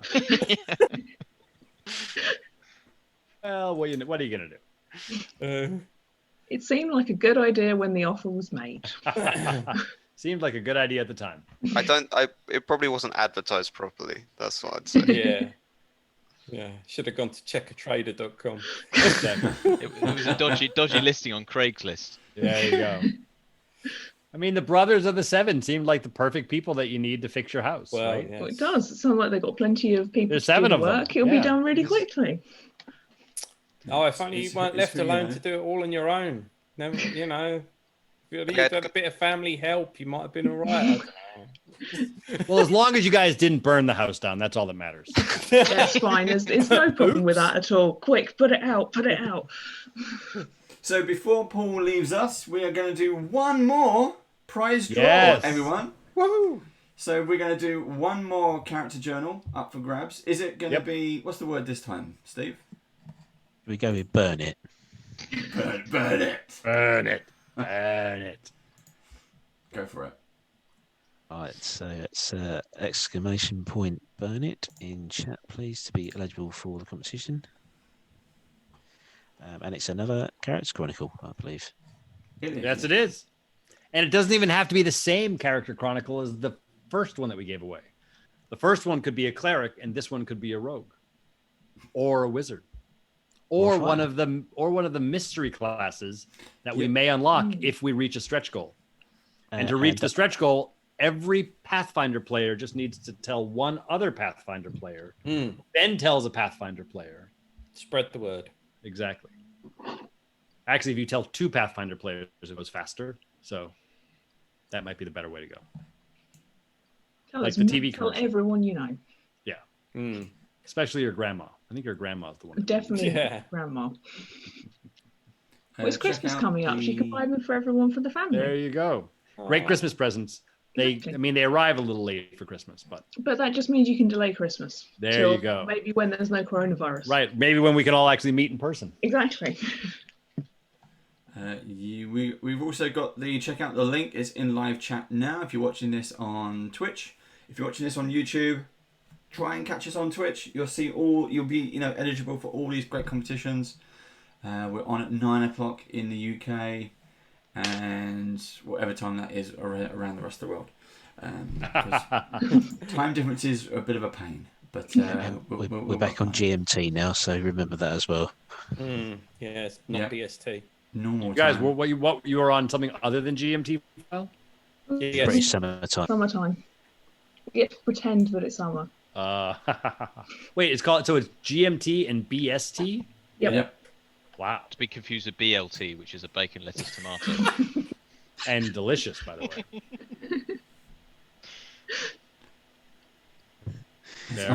I'm a good I don't know where to go from that. Right. And then thank you to everyone for joining us. Thank you to all our, once again, Paul Shapiro from BEADLE and Graham. Thank you. This is his third time on. Oh, my goodness. His character's dead now. I was hoping that I was actually going to kill all of you, and then the rest of the season was just going to be me. Yeah, there was a point where I was thinking, now I've given everyone the power to do this without me. What if SKINSAW Man paralyzes everyone and then just slowly kills them? I can't do anything. I relinquished my power at that point. Yep. There was no interruption. That's what I was hoping for. Can't we then play the rest of the adventure as an undead group? Oh, there we go. Yeah. I was thinking the back pocket was I had Aisha. Yeah. Aisha just turns into a superhero right at the end. But no, She's the played get that out well. jail free card. It is the story from, obviously we're playing Rise of the Runelords. Fantastic adventure from Pathfinder. Do pick it up. It is a first edition, but I converted it into second edition. But do pick up the first edition. And there's tons of variety of stories coming out. All kinds of adventure paths and one-shots. Just fantastic, good, all-round fantasy adventures. So do check out Pathfinder. Stuff. It's not a big leap from D&D for used to D&D. So just give it a try. Pick up a book, see how you feel, or get in touch with us and come on as one of our guest players. Yeah. All you got to do is get in touch. We're on Twitter, Facebook, Instagram, the usual bunch. Just send us a message, smoke signals, whatever works, and we'll get you on the show. Come join us for some fun. Who else we got? Ryan, Session Zero clothing t-shirts. Thank you very much. It's lovely to have you back, and you're back every week, so we thank you very much for that. Yeah, nice one, Ch02. Sean is the guy who's done our artwork for us. Beautiful, beautiful artwork. Theo Grady, thank you very much for subscribing. If you can, use your Twitch Prime subscriptions and help us out a bit. Everything you do is always a little bit of support for us. We love doing this, and we're going to be doing more. We've got more adventures coming soon as well. Not just Rise of the Runelords and Tomb of Annihilation. Tomb of Annihilation is on tomorrow. It's back. I get to play. So does, well, Steve's playing anyway, but he gets to play. And that's run by one of our moderators, Joe, who is I'm a Good Demon Honest. And he runs that one. Josh McGuire, thank you much. Again, Josh has done loads of stuff behind the scenes to kind of help us out. He's based in the States. Fantastic review channel. Go and check him out. Who else we got? Bladesong, Adwin666, Commander Root, Daniel with Stepbro. Gallant Goblin still hanging around? Which one? Gallant Goblin still around? Gallant Goblin is Theo and Grady. Thank you very much. As always. Always. Dinu, Griffordia. There's a few new names in there as well. Kilt Decode, King Stacks. Did you shout out Chav Hunter already? I haven't, but he's not in my list. I did see him earlier. I saw him earlier. Yeah. He was around earlier. I think he's at the drop off. Gone but not forgotten. Maverick, thank you for joining us. Rogue Fighter Live, you won last week. Well done. Enter again, you might win another one. Who knows? Tom Toms, V&K, Bill Probes, Witty. Hello, Witty. Yatinator, that's you, RUPP. And Zombies Ate My Brains. Yay. And join us next week as we have another guest from Beadle and Grimm. John will be joining us. And I will tease. John. Yeah, you don't want. John's gonna give him a hard time. Don't tell him I told you guys this, but give him. I've already been in touch with John, and we're gonna have a chat next week. But he's got an interesting character to play, so he's gonna bring that on next week. What more interesting than a dual personality ghoul person? What? He wasn't just a dual personality. He had 3 personalities. Yeah. So we were kind of getting lost with all the voices and things like that. But yeah, there was 3 personalities in order. This is all making me very discombobulated. And we're gonna we can tease that next week we will have yet another Beadle and Grimm giveaway. So stay tuned. You check out our socials, follow us on socials, and I'll give hints to what it will be next week. But bigger, just bigger, more surprises coming. Bigger. Right, Steve, shall we pull a winner? Pulling a winner. Roll it. Rolling in a dice, and you will never know. Hey. Wow. How did you know? I would have pronounced it. You will never know. See? But you figured it out. That's what I was saying. You will never know. You only need to see the first and last characters of a word to work out what it says. You don't actually pass the middle section apparently. No, because then it says but you will know. But the first and last letters of that word are not the actual first and last letters of the phrase you say. I suddenly realised that the W is missing. So yes, you are. And the Y is missing. I like how he's missed out so many letters, but the silent K is fine. Yeah. Yeah, you need that. Yeah, it's all right. You can tell he's a Brit, obviously, because the silent K is still there. Yeah, must be British. Must be British. Yeah, definitely. So congratulations. Well done. Well done. One of the mods will reach out to you. We need your name and email address, and then we'll send them over to Beadle and Grimm's, and they will keep that list safe and sound, because obviously they're not finished yet. Yep. We have to wait. You will be added to the sacred list of chroniclers. Games Master, sir. Games Master. Yes. Did we level at the end of this session? You did. Sorry, yes, you did. You're now level 7. Yay! Even Aldrin? Did Aldrin go up a level? No, unfortunately not. He's now non-existent. He is done. However, Paul, should you wish to come back, we will happily create a new character for you. Or, I don't know, if you get like demo versions of your character chronicles, then you could have your own try. Create a unique character, and then come and play. We've also got our Christmas special coming up, so we'd love to if you can drop in for a bit of I don't know what we're going to do, really. Let's just come in and say hi. That'd be great. Yeah, I thought the plan was to get Chaos drunk, is what we're talk gonna do, about isn't it? stupid things, isn't it? Well, we're going to get drunk, but it'll also be the middle of the afternoon for Paul. So if he's happy to get drunk, It's That's always normally 5 what o'clock I. in the That's world, normally so- what I do in the. We're Americans. That's what we do in the afternoon. that's perfectly fine then. So yeah, we're taking inspiration from the B&G drunken mailbag and see if we can do something like that. That's tough. That is a tough gig. Yeah, we did Hard think work. about. Was it we were going to do shots every time we say huzzah or something like that? Yeah. Matt would die. That would kill Matt. Oh, why's that? Is he just not very good at drinking? He does a lot. No. of He just says huzzah all the time. Oh, yeah. Yeah. He's actually very good at drinking. Probably better than he should be. Right, that's it. We need to get you guys over once all this COVID stuff's gone, and Just we'll take as you to the we're pub. wrapping up, we've just had a raid by The Dat Network. The Dat Network. So thank you very much, Dat Ah. Network. Sorry, it's a little bit late. Dragons and things and all of that jazz. Thank you very much for joining us. If you're quick, you might have a chance to get in with a competition. So if you're really, really quick, this is everyone who's come over with Dat Network. Oh, Thank you yeah. for joining us. There is a competition to win a Beadle and Grimm's character journal. Now, to win it... Are we doing another one then? Because we have. We already. Yeah, they already. Oh, they no, look already at that. yeah. Join us again next week, and then you can And you win might it. be able to. There you go. Join us again. You just missed it. You see, you got to get there a bit earlier, if you can. But next week, we'll have another competition, but you can raid and enjoy a competition to win a character journal.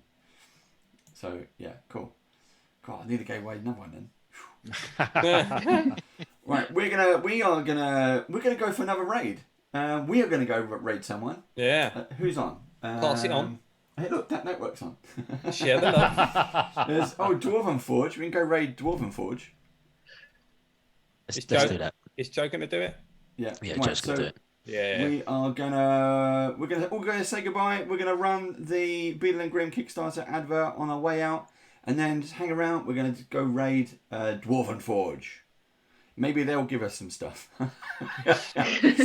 I doubt it, but their stuff is excellent, amazing. So, right. See you all. Thanks for joining us. Bye. Cheers. Bye. See you guys. Thanks for joining. Hi, my name is Matthew Lillard. You've probably seen me in many a horrible movie back in the 90s. Can we start again? It's me, Matt! Hi, I'm major motion picture star Matthew Lillard. Hi. All right, Sam. I'm Matthew Lillard. What's the line? You just do whatever the fuck. I almost had it. I got booger on my shirt. What's the first line? I was in terrible movies during the 90s. You grew up on them and you watched them, sucker. My name is Matthew Lillard. You may know me as Beadle from Beadle and Grimm's. Last couple of years, our company is focused primarily on the DM, creating battle maps, in-world handouts, jewelry items, and of course, stuffed animals. Now it's time to focus on you, the players. Because when we gather around a table, we're not there to hear a story, we're there to tell a story. All of us. And sometimes that story goes on for years and is remembered only on coffee-stained scraps of paper or 3 random journals. But worst of all, it's in your head. And why is that bad? Because I'm not that smart. Bill's way smarter than me. When he says it's Grimm that killed the frost giant that was on its way to destroy the town, I can't really argue with him because I don't have it on a journal. And if I had it in a journal, sitting on a bookshelf, you could just say, hey, check out my journal. We all know the problem with a journal. In a real game, when are you gonna use that thing? On a real night of gaming, you bounce from a core rule book to the advanced player's guide, and of course your character sheet. And the entire game goes like boom, to boom, to boom, to boom, to boom, boom, boom, boom, boom, boom, boom, boom, boom, boom, boom, boom. You never go back to this thing. And again, the story is only in your brain, and Bill's telling you that he is the real champion. But what if? Stay with me here. What if, Charlie?